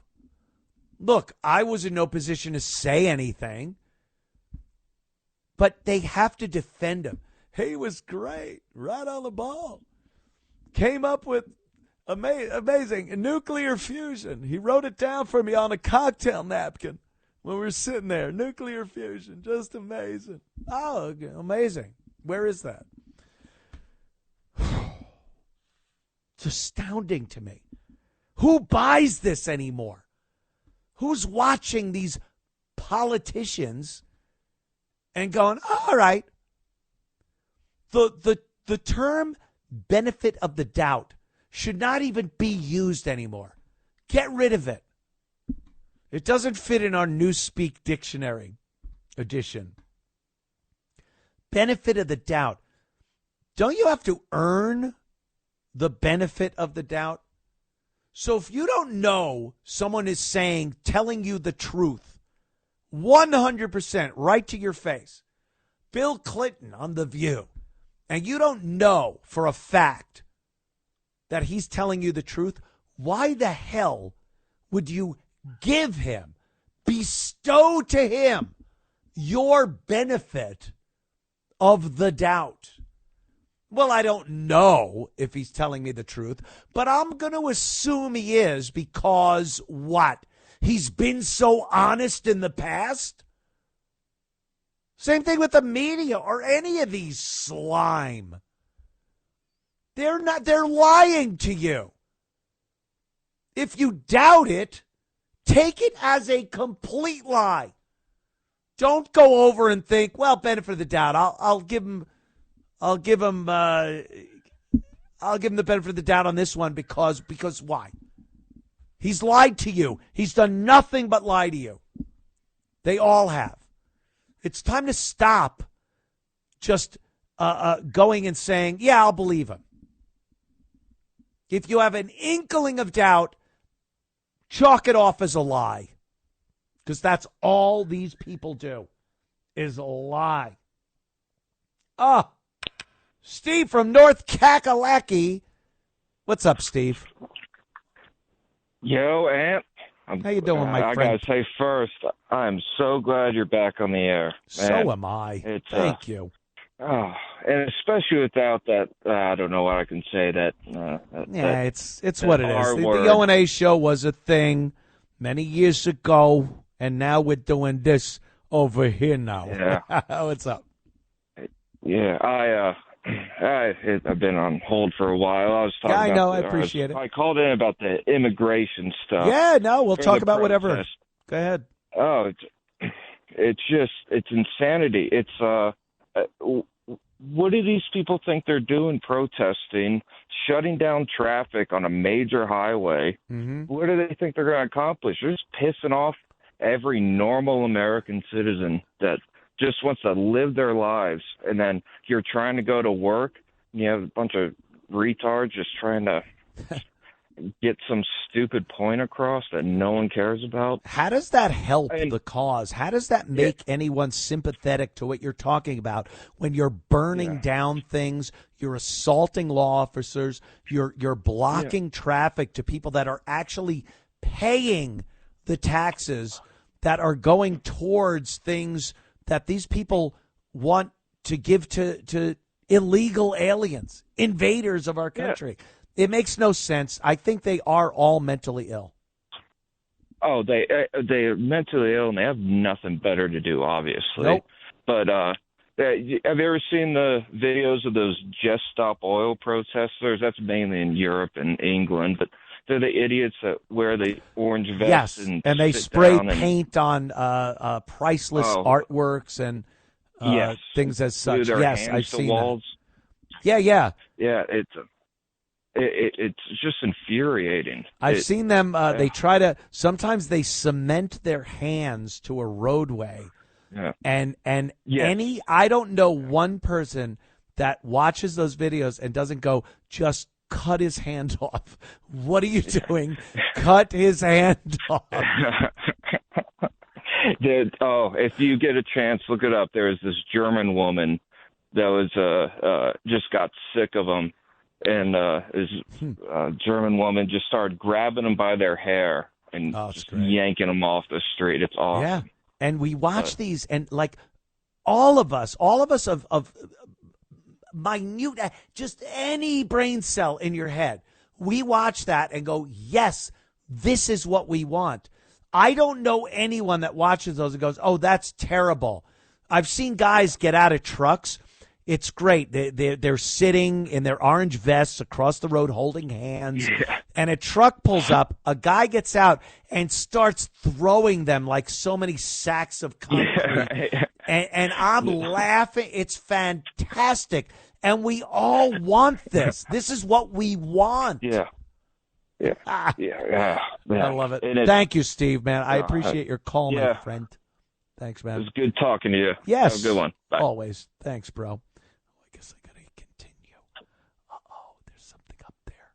Oh, my God. What? I'm supposed Guys to hang at the up, aren't I? studio gotta. Well, there's a guy at the. My phone doesn't work. Anyway, we'll be right back in moments with more of the Anthony Cumia Show. Stick around. It's the Anthony Cumia Show on the Red Apple Podcast Network. It's the Anthony Cumia Show. Entertaining and informative. On the Red Apple Podcast Network. The Anthony Cumia Show on this wonderful Sunday evening. Sandra, couldn't get through a Sunday without a call from Sandra, New Jersey, talking about Chuck Schumer and the riots in California. Sandra, what's up, my dear? Well, first, I have to say I look forward to talking to you all day, and I take an oath it's the truth. I look forward all week for you, Sandra. Thank you. Thank you. So I want you to know, I was in the library the other day, not the library, Barnes & Nobles, and I go to my favorite section, current events, history, and I see this book Chuck Schumer wrote. He writes, all anti-Semitism, the war against anti-Semitism. I'm asking myself, he wrote that book? What did he ever do? Have you heard anything about him trying to help all the colleges with all the stuff going on? Did you ever hear a peep out of his mouth about anti-Semitism? I didn't. So I wanted to bring that up because you said he's a little bit of a liar. So he's a lot of bit a liar. Right. So that's the first thing. The second thing, I wanted to ask you, you spoke about the riots in California. It's terrible. 1,000 people protesting. 2 hours later, they finally respond. Not quick enough, and Trump is so angry about that. But you know what bothers me? I'm going to tell you. For 4 years, we went along with the administration, the Biden administration, letting all these people come here illegally. We didn't step in their way. We did what we had to do, just bite the bullet. And now it's our turn to get these people to go home and come back here legally. And we have to have Maxine Waters, and it's just not fair. So that bothers me. Well, you know what it is, Sandra? Let me try to put it this way, because I was thinking about this today myself. When they were letting in tens of millions of illegals, we voiced our opinions. We were peaceful. We definitely didn't like what they were doing, and we made our point known to that.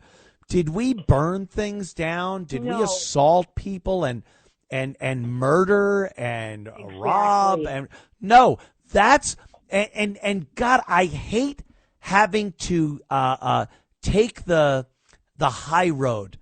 I want to take the sleazy, low dirt road. I don't want to be the side that goes, well, we're not going to do what they do.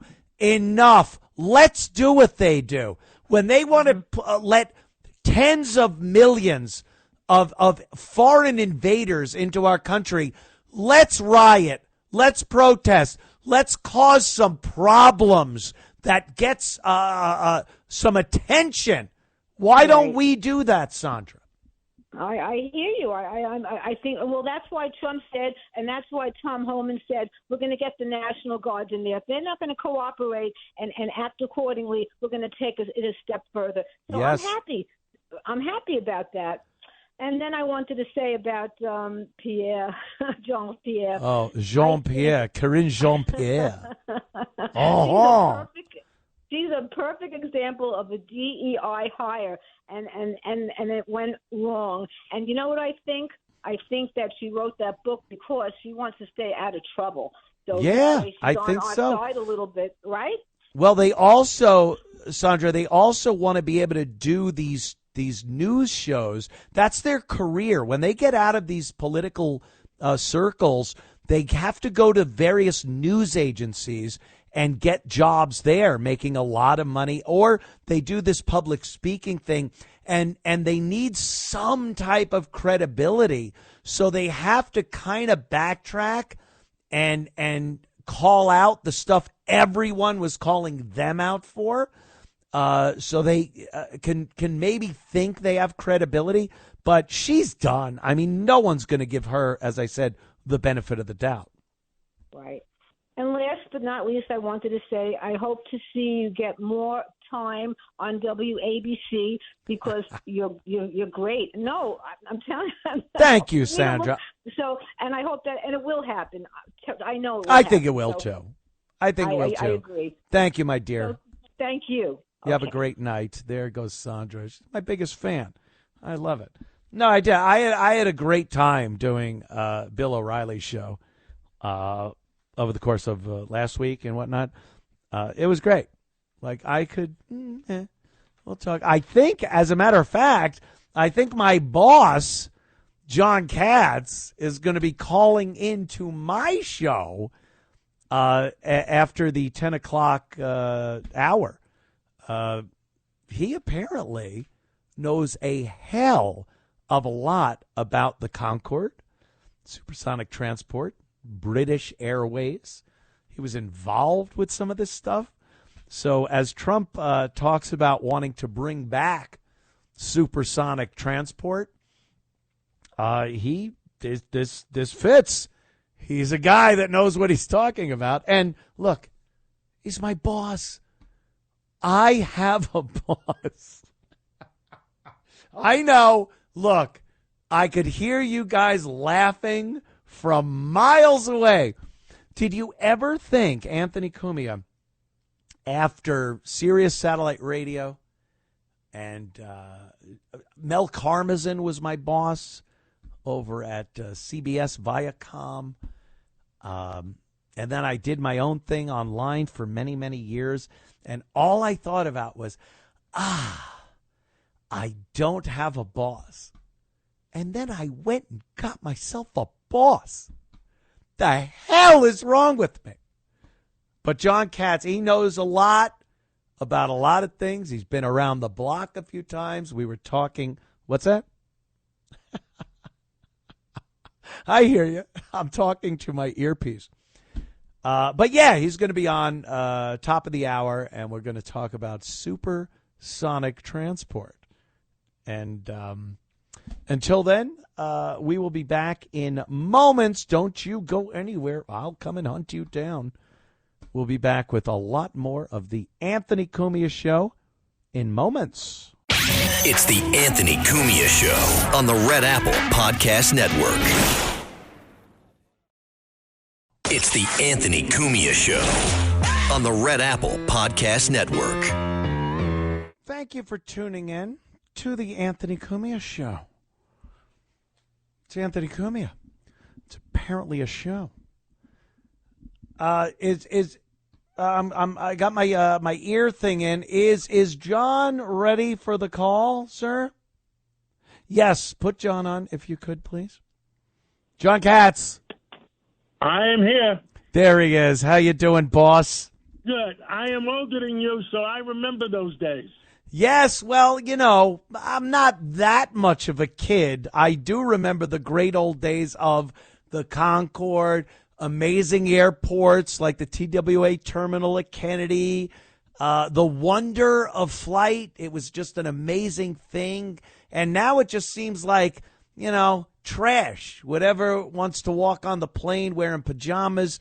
But I was talking about Trump wanting to bring back supersonic transport, some type of travel like the Concorde was. And then I was wondering if you, being involved in British Airways terminal at Kennedy, was it, had any experience? I've been in the aviation business for 40 years.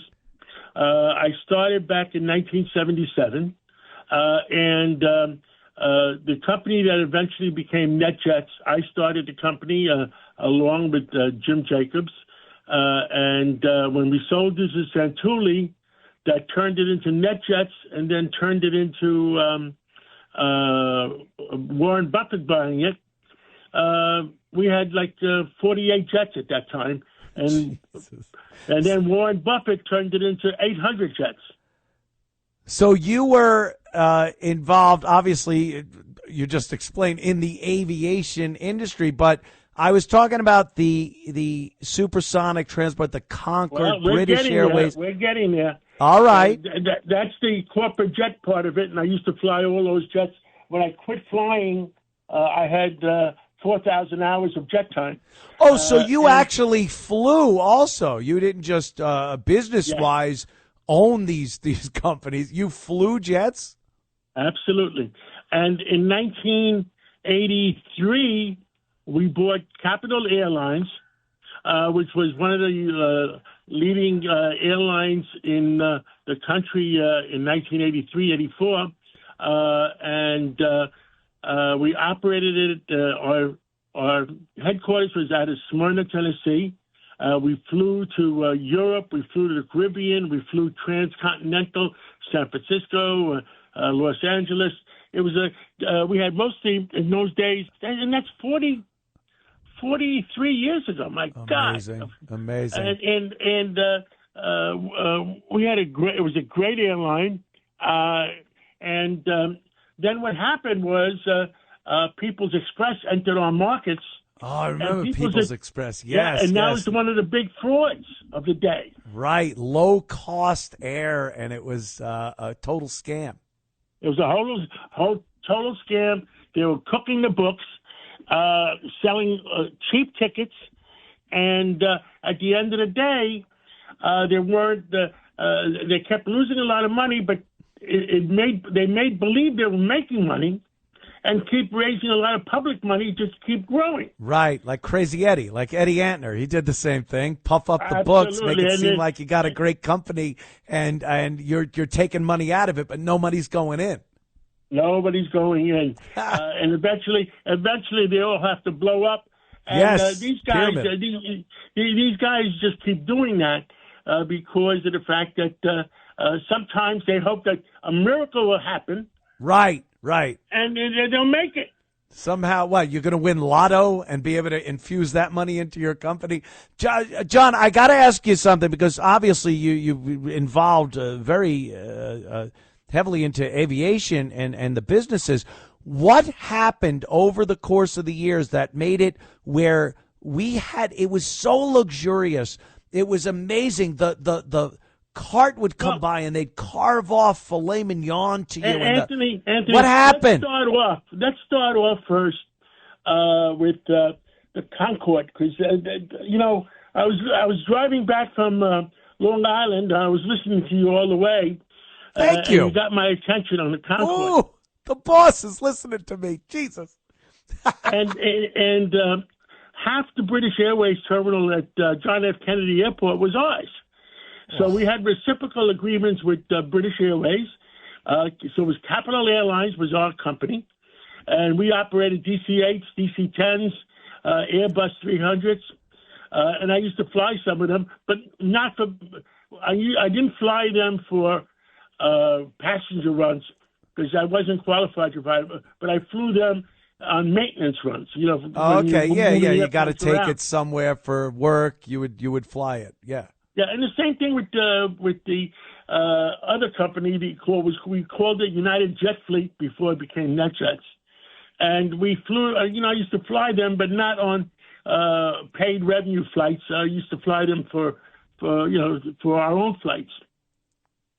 And now the Concorde, it went into production. I'm trying to remember, and I think it first flew in 1976, I believe.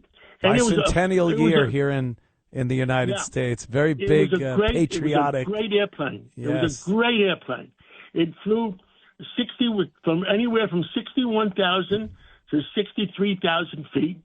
It flew at Mach 2.01 to 2.03. Which meant twice the speed of sound. Yeah. And we made JFK Airport to London in 3 hours and 11 minutes. Jesus.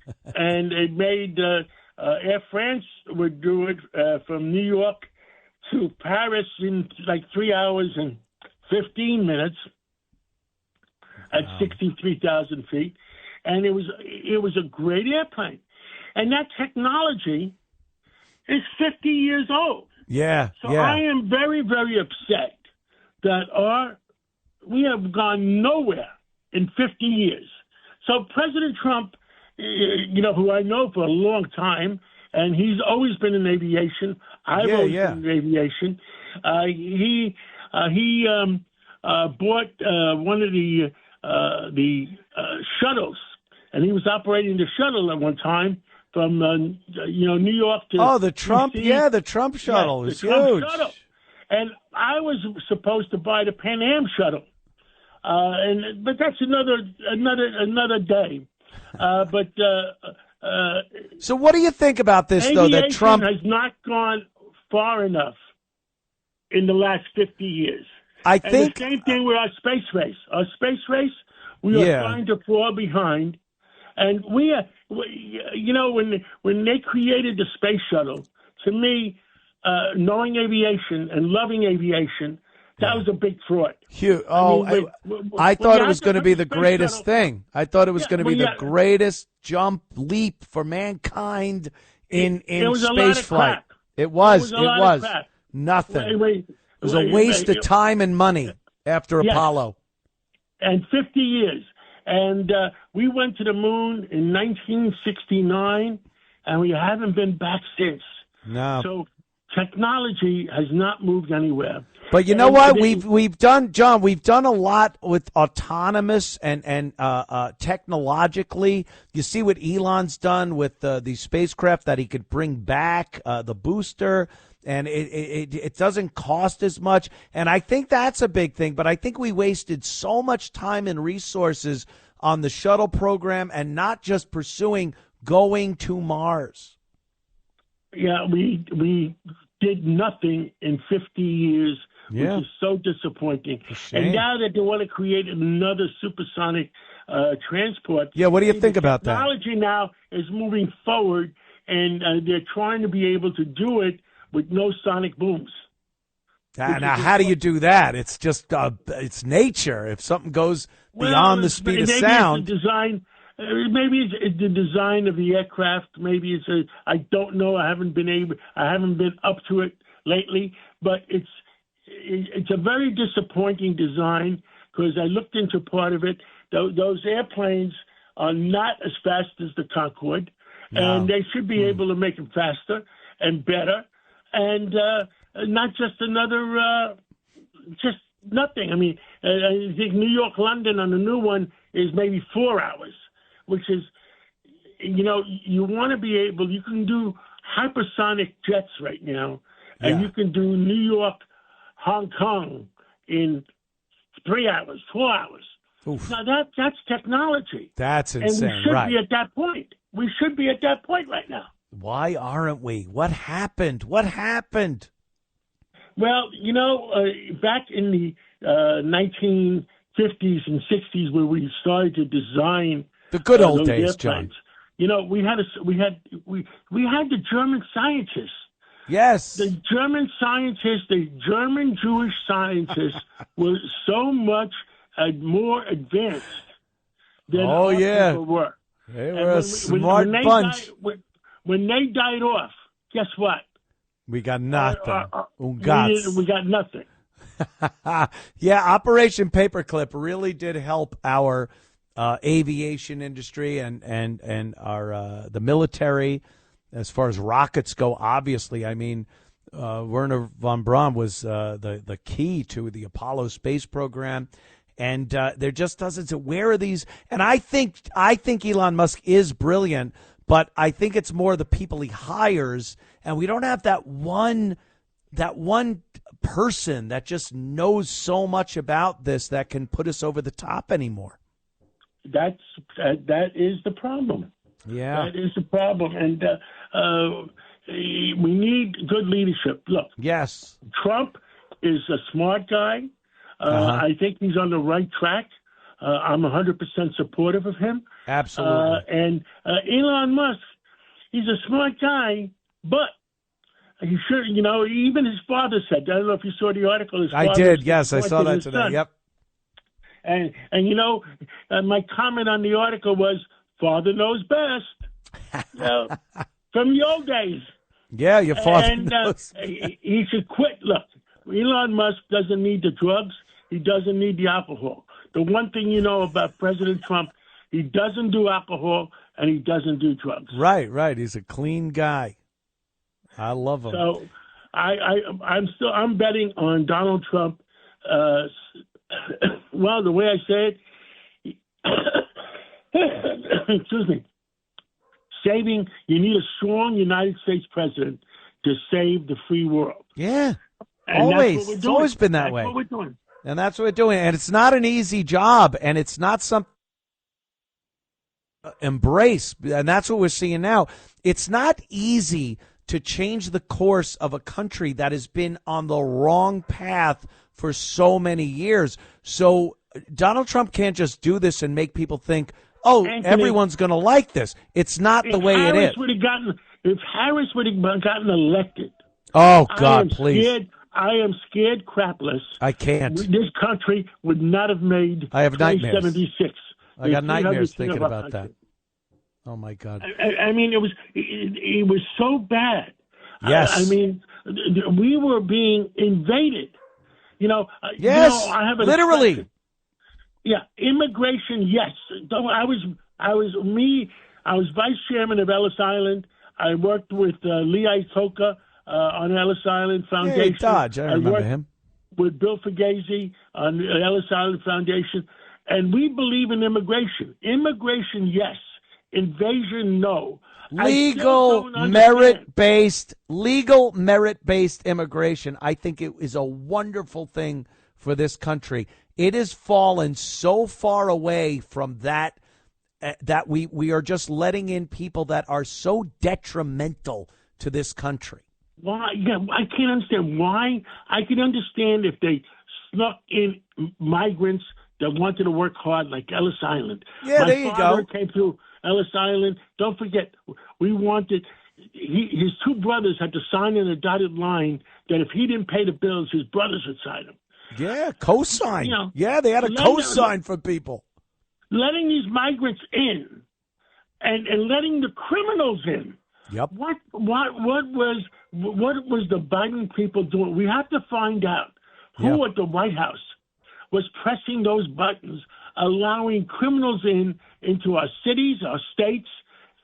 I can understand inviting the migrants in because what the Democrats wanted, they were falling short of congressional votes in New York, Illinois, California. So they brought in the census, congressional votes. Yeah, they need the census to show that there's people that are Democrats. That's the only reason they were doing this. But Anthony, bring in the migrants that want to work hard. Why bring in the criminals? I guess because they could make it seem like they're catering to the criminals and the criminals will vote for them. I don't know, John. It's insane. Crazy. It's an insane thing. It's so destructive to this country, and all they do is crow about how they're pro-American and how Trump is a Nazi and he's a fascist and he's destroying this country. And all they've done is attempted to destroy every aspect and every institution that makes this country great. They tried to destroy America. Yes. They tried to do it with invasion, not immigration. They tried with fentanyl. They were killing 100,000 Americans a year. Disgusting. And what they're doing to our institutions. Yep.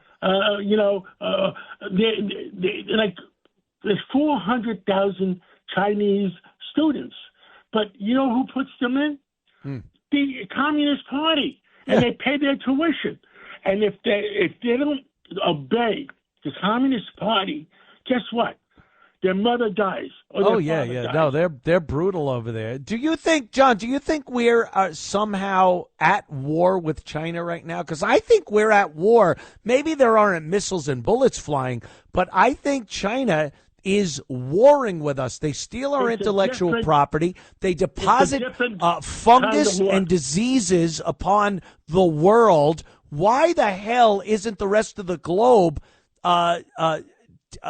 attacking China, maybe not militarily, but economically and every other way, or maybe militarily. I don't know. It really seems to me like China is at war with us and we're doing nothing about it. This is a different kind of war. Yeah. This is an economic war. This is invasion versus nuclear bombs. What they wanted to do, what they want to do is take control of our country without anything. Right, without firing a shot. And the American people, and I don't understand the Democratic Party. You know what I say on my show? I don't care if you're Democrat. I don't care if you're Republican. Mm-hmm. You should want the best for America, for the country. That's being pro-American, right? And the same thing in New York City, New York State, New Jersey. What's best for our state? What's best for our cities?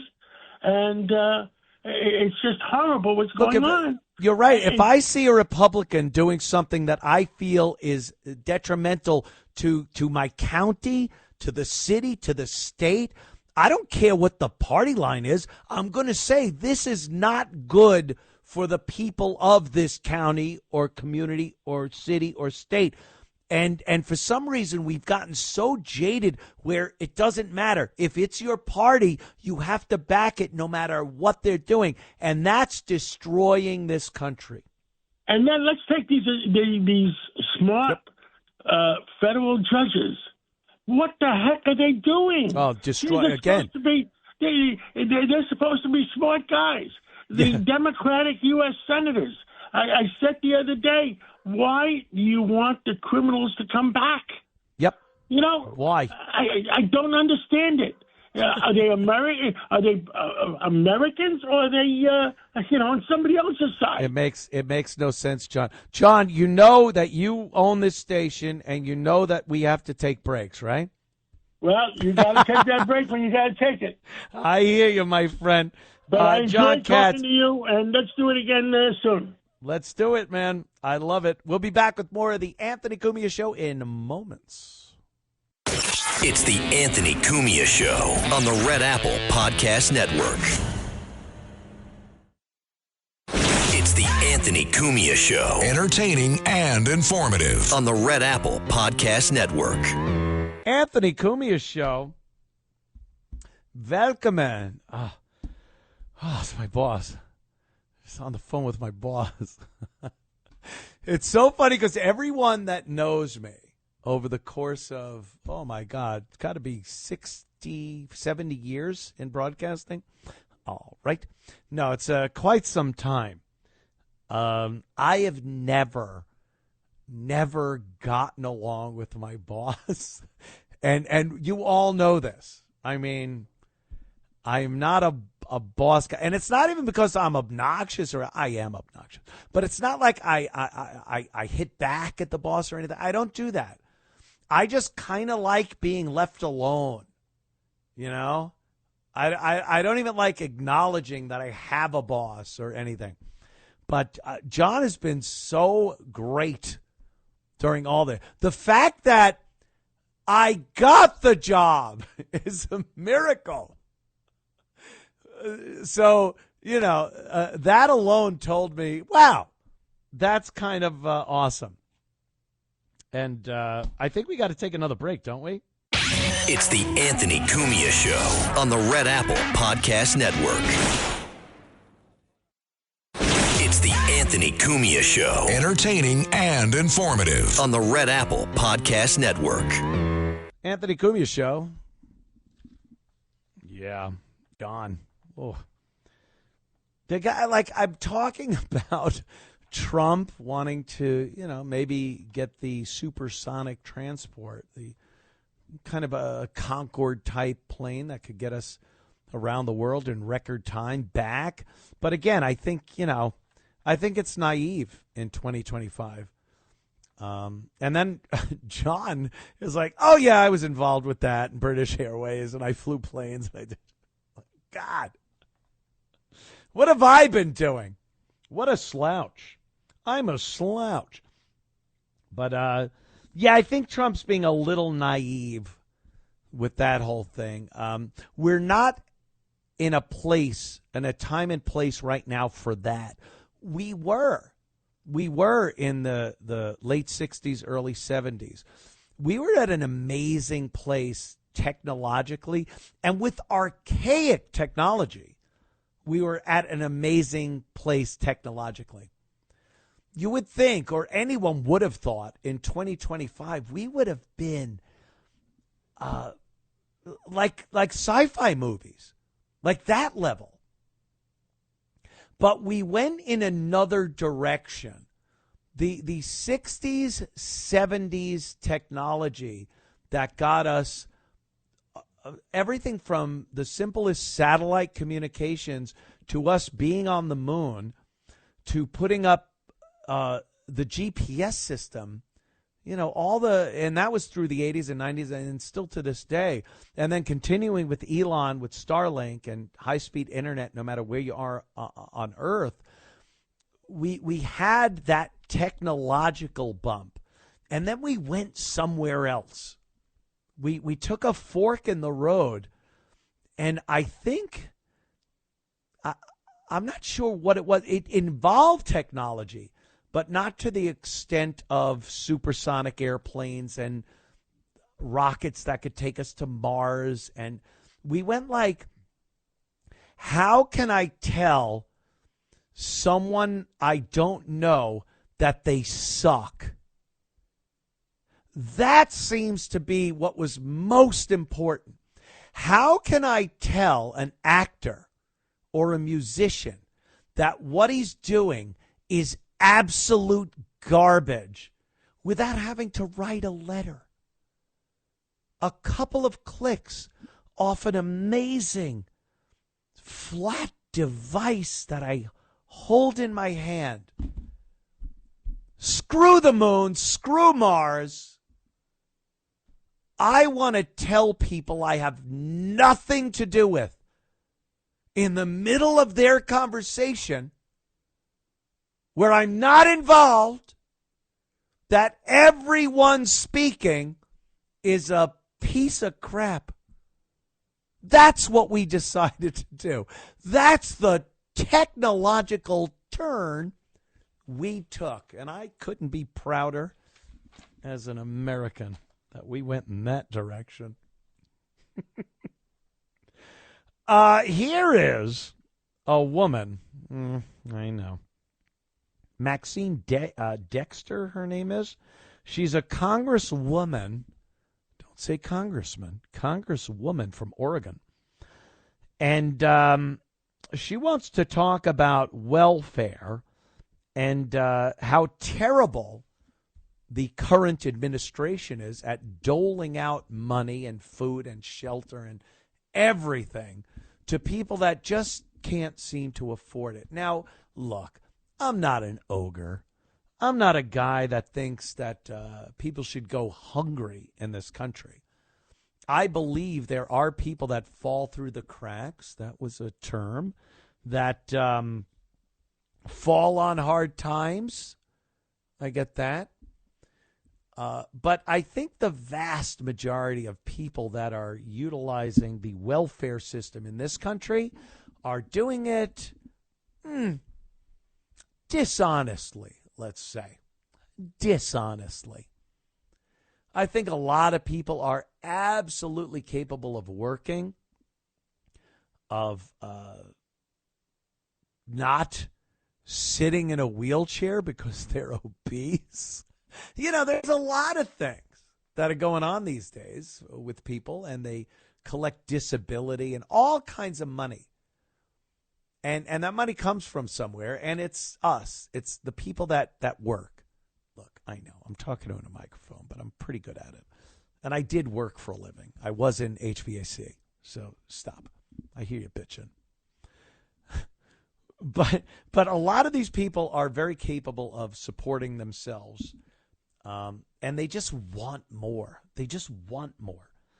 And some of these representatives around the country, they've taken it upon themselves to become a champion for the lazy, the criminal, and people that they don't want to work. They just want to get paid for sitting around and doing nothing on our dime.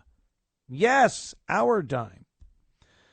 So listen to the words of Oregon Congresswoman Maxine Dexter as she talks about welfare and the troubled people that she describes in this clip. Listen to this, because she talks about the troubled people that we, as Trump supporters or Republicans or just people that don't want to keep feeding freeloaders, she talks about them, and she's describing real Americans that have problems. These are lazy people. Oh, boy. Here we go. Let her rip. I want to share a story of Rita. Portland who wrote into my office claiming if federal food assistance was cut, she will have to choose between buying groceries and paying rent. Oh, like everyone. Buying groceries or paying the electrical bill.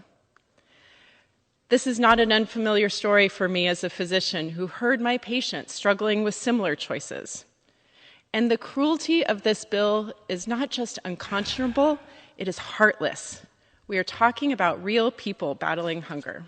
1 in 6 community members in my district rely on SNAP. Seniors, children, veterans, and people with disabilities will go hungry. And food stamps aren't a handout. SNAP helps veterans who served our country, neighbors with disabilities, what percentage? Feeds seniors on fixed income, and families with young children. Most of these people have faced unimaginable odds and have nowhere else to turn. We cannot turn our backs on those who need us most. This is a moment for moral clarity. Not one person in this country should go hungry. Not one person should be left behind. I agree. No one in this country, legally here. No one in this country should go hungry. And I will say this, and some people, I've always gotten flack for saying this. No one starves to death in America. We're a country of 300 and some odd million people. We are a huge nation. No one starves to death in this country. Look it up. You don't drive down the road and go, look at that. There's someone just ran out of food and starved to death on the side of the road. There's hunger in this country. I get that. There's malnutrition in this country. But it is one of the most amazing things on earth that no one starves to death in the United States of America. And that isn't because of SNAP. It isn't because of welfare. That is because of a caring, sympathetic, empathetic nation that we live in. A community that will get together to feed the hungry in their neighborhoods. And this has always been the way Americans have lived. We don't turn our backs on legitimately downtrodden and hard luck people. If people want to better themselves and work and make money, we don't turn our backs on them. We lift them up. We're inspired by people that have been through so much and still have this will to continue and do well. And for some reason, they are in the same category as illegal invaders that come here and just want to sap off the system, or obese families of a mother without a father, 9 kids. They're all overweight, and they're crying and screaming that the government isn't giving them enough. I have no sympathy for that. I just don't. Yes, there are genuine hard luck cases and people that need assistance. And the majority of those people in the United States get taken care of by their community, because that's how great America is and Americans are to people that they see like that. They want to help. Americans want to help people that genuinely need help. They don't want to give their hard-earned dollars to people that are freeloading off of them. It's that simple. And when you have representatives in government that are telling you you need to reach into your pocket and give money to people that are just being lazy or don't want to put themselves on the books so they have to pay taxes, or they're here illegally. I can't come up with a word I could possibly use here on amplitude modulation, FCC regulated radio. But I think you all know what the dilly is, if I may speak like the kids. It's crazy. And then you get like Congresswoman Maxine Dexter. There are different categories of people in this country that they're lumping together. I really, amazingly enough, people, oh boy, you know me as a piece of garbage. Hit the road. Hit the bricks, walking sister. That's Anthony Cumia. But deep down, Anthony Cumia is a good fella. I like helping people that genuinely need help. If I think for a second you're being a freeloader, I could not be done with you faster.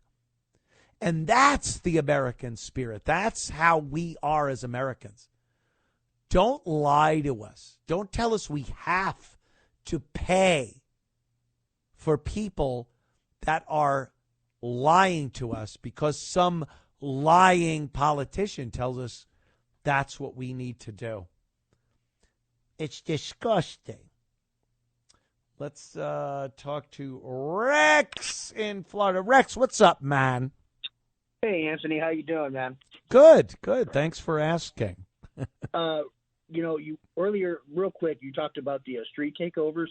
Yes, I think in California. Street takeovers very quickly. Yeah. Very quickly we could end them. Make it illegal to own a Dodge Charger or a Dodge Challenger. Dude, I understand what you're saying wholeheartedly. Have you watched the videos online of the people that are walking in to Dodge dealerships to buy some of these Hellcats? And yes. They don't have what they used to call a pot to pee in or a window to throw it out of. Continuing to Oh, there's something going on in the background there, Rex. Yeah, and then they're trying to get credit for these cars, and they're just their credit rating is probably a 200, and they want this car so bad. You are absolutely right, and I think the cars are kind of nice. But you wouldn't catch me. Well, you might catch me dead in one if I got in front of one during a street takeover. But yeah, I couldn't. They have such a stigma now. I said stigma that I would never buy one. Thanks, Rex. Let's talk to. Well, we got a couple of calls here. Steve from Manhattan, New York. What's up? Anthony, your conversation with the big cat was Nixon for Tony, and that was great. Let's juice up the SST so we can fly the invaders in here quicker. But Big John, get him out quicker. Put him in the SST. That thing will be down to El Salvador in 1 hour 15. That's it. And the other jets we can fill up with cash for them. But you know what? I broke it on another show, but I wanted to break it on yours, but I couldn't get through. You're busy, kid. But busy guy. Jean-Pierre would roll into the White House at high noon. You know, I mean, it's perfect with Biden as the boss, right? But there was a reason why, because in the morning, Jean-Pierre would set her hair with a pack of firecrackers. Now, sometimes she would get the effect that she wanted. You would see it. Right. But a lot of times, you could have the fire trucks pulling up and people thinking, calling the people playing the TV fireworks, they're seeing sparks. I get it, Steve. Yeah. And also, I like to tell people, the judges, some of these federal judges are foreign born. This is like you guys. That was a great conversation. That's got to be put on the internet with you and John. Good. Thanks, Steve. No, it is. No, it's excellent. You're both smart guys. That's true. But the thing is, people have to realize we don't move forward in this country. We had kids who could qualify for MIT. We didn't let them go because they were white kids. Let's face the fact. Yeah. Stanford was the same way. The 65 Immigration Act stunted the growth of technology inside this country. Yes. We should be way advanced than we are. You know, Ant? You know, Steve, and let me say something about what you said about the judges. What are the odds when judges are supposed to be completely politically impartial and just take the rule of law into consideration when they make decisions? What are the odds that only Democrat judges would rule against Trump, or even the other way? Look, I'll say it, Republican judges ruling against a Democrat administration. Like, what happened where these people are so attached to their party that they won't make a unbiased decision anymore? Well, you just nailed it. They're people, they are left-wingers, they're political advocates. And let's face it, look at all the big things that we got, that it came down through the courts. Abortion came through the courts. I know there was states like New York and California was legal in before Roe Wade, but still, affirmative action, forced busing, all kinds of crazy things, ending the death penalty. They did bring it back with Gary Gilmore. They blew his head off. But the bottom line is these judges are left-wingers, and they have no intention of really looking at the Constitution. They just rule the way they want to rule. People have to realize they're left-wingers. A lot of them are foreign-born, and it's about time we take our country back in. Well, you know what the problem is they want to separate the branches of government, executive and judicial, when it suits them. But then they want the judicial branch to be able to have power over Trump when they want something to not go through, like the immigration stuff and whatever else Trump is doing.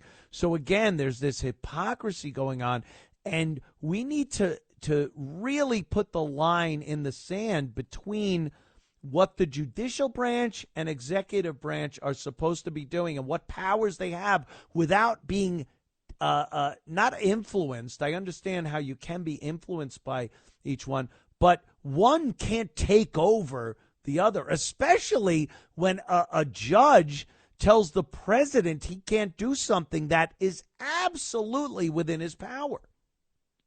Correct, because we have three branches of government, but with these federal judges on the district courts or whatever court of appeals, they are judges who are advocating a total left-wing policy in this country. Left-wing agenda.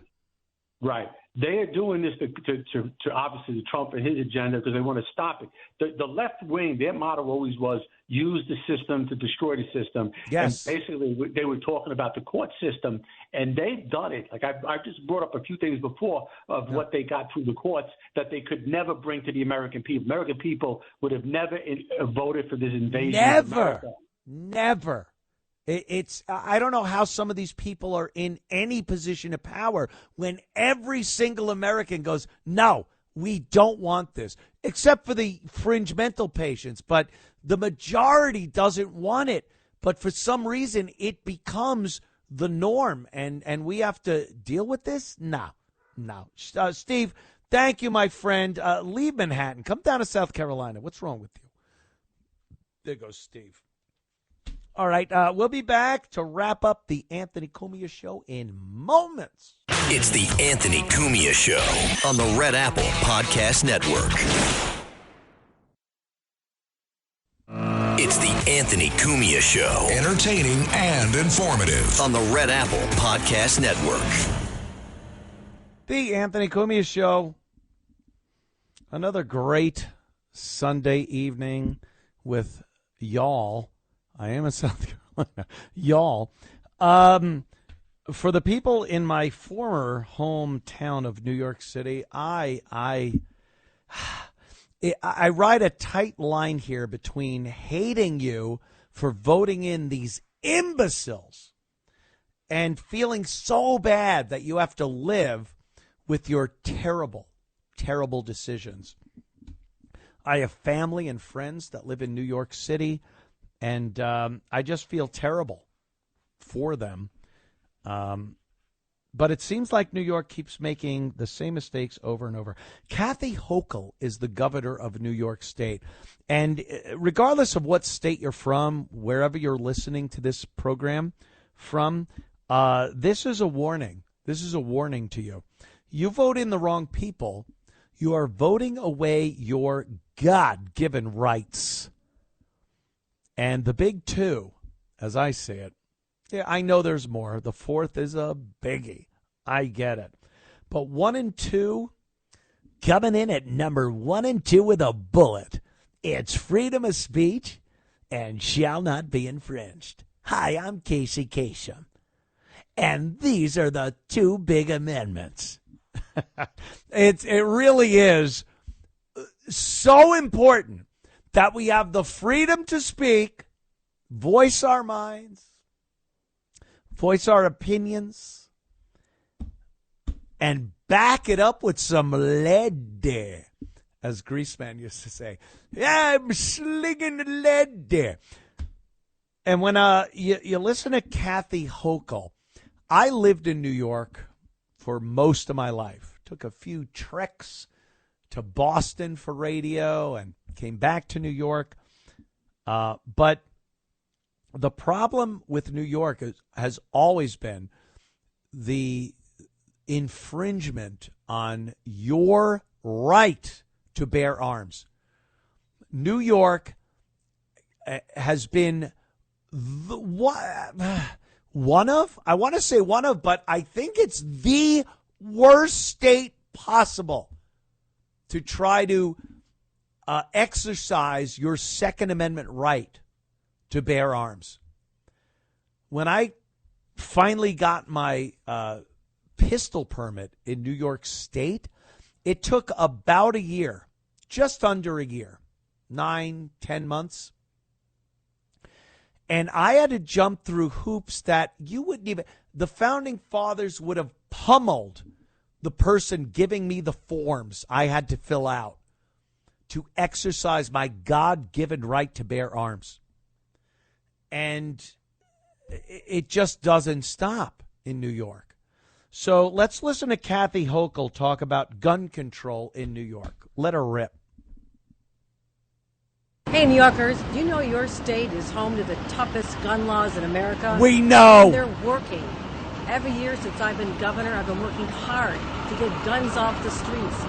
Stop those ghost guns that people can make in their own ghost homes, guns, and make our streets all over the state much safer. But Republicans in Washington, they refuse to take strong action. So we're going to continue calling on them to step up and protect Americans from gun violence. Today, I join millions across our country to wear orange to bring awareness to our victims and survivors all over our country. We're waiting for Washington to take action like New York did. Like New York did and infringe totally on your Second Amendment rights? I go to New York. I hate it. I fly up to New York probably once a month, and I have to leave my best friend behind. My best friend, my pistol. I love carrying a pistol, and I can't take it into New York. I'm trained. I have a permit to carry a concealed weapon, and for some reason, New York doesn't want a citizen to have that, but they just let people out of jail that are arrested on weapons charges that have no business having a gun. Convicted felons, people committing crimes, caught with a weapon as they're committing crimes.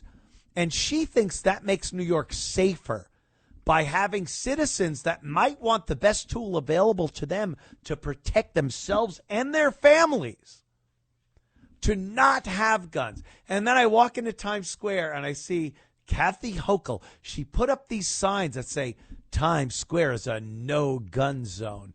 Well, I'm sure the thugs and criminals that use guns for their business are so happy to comply with those rules.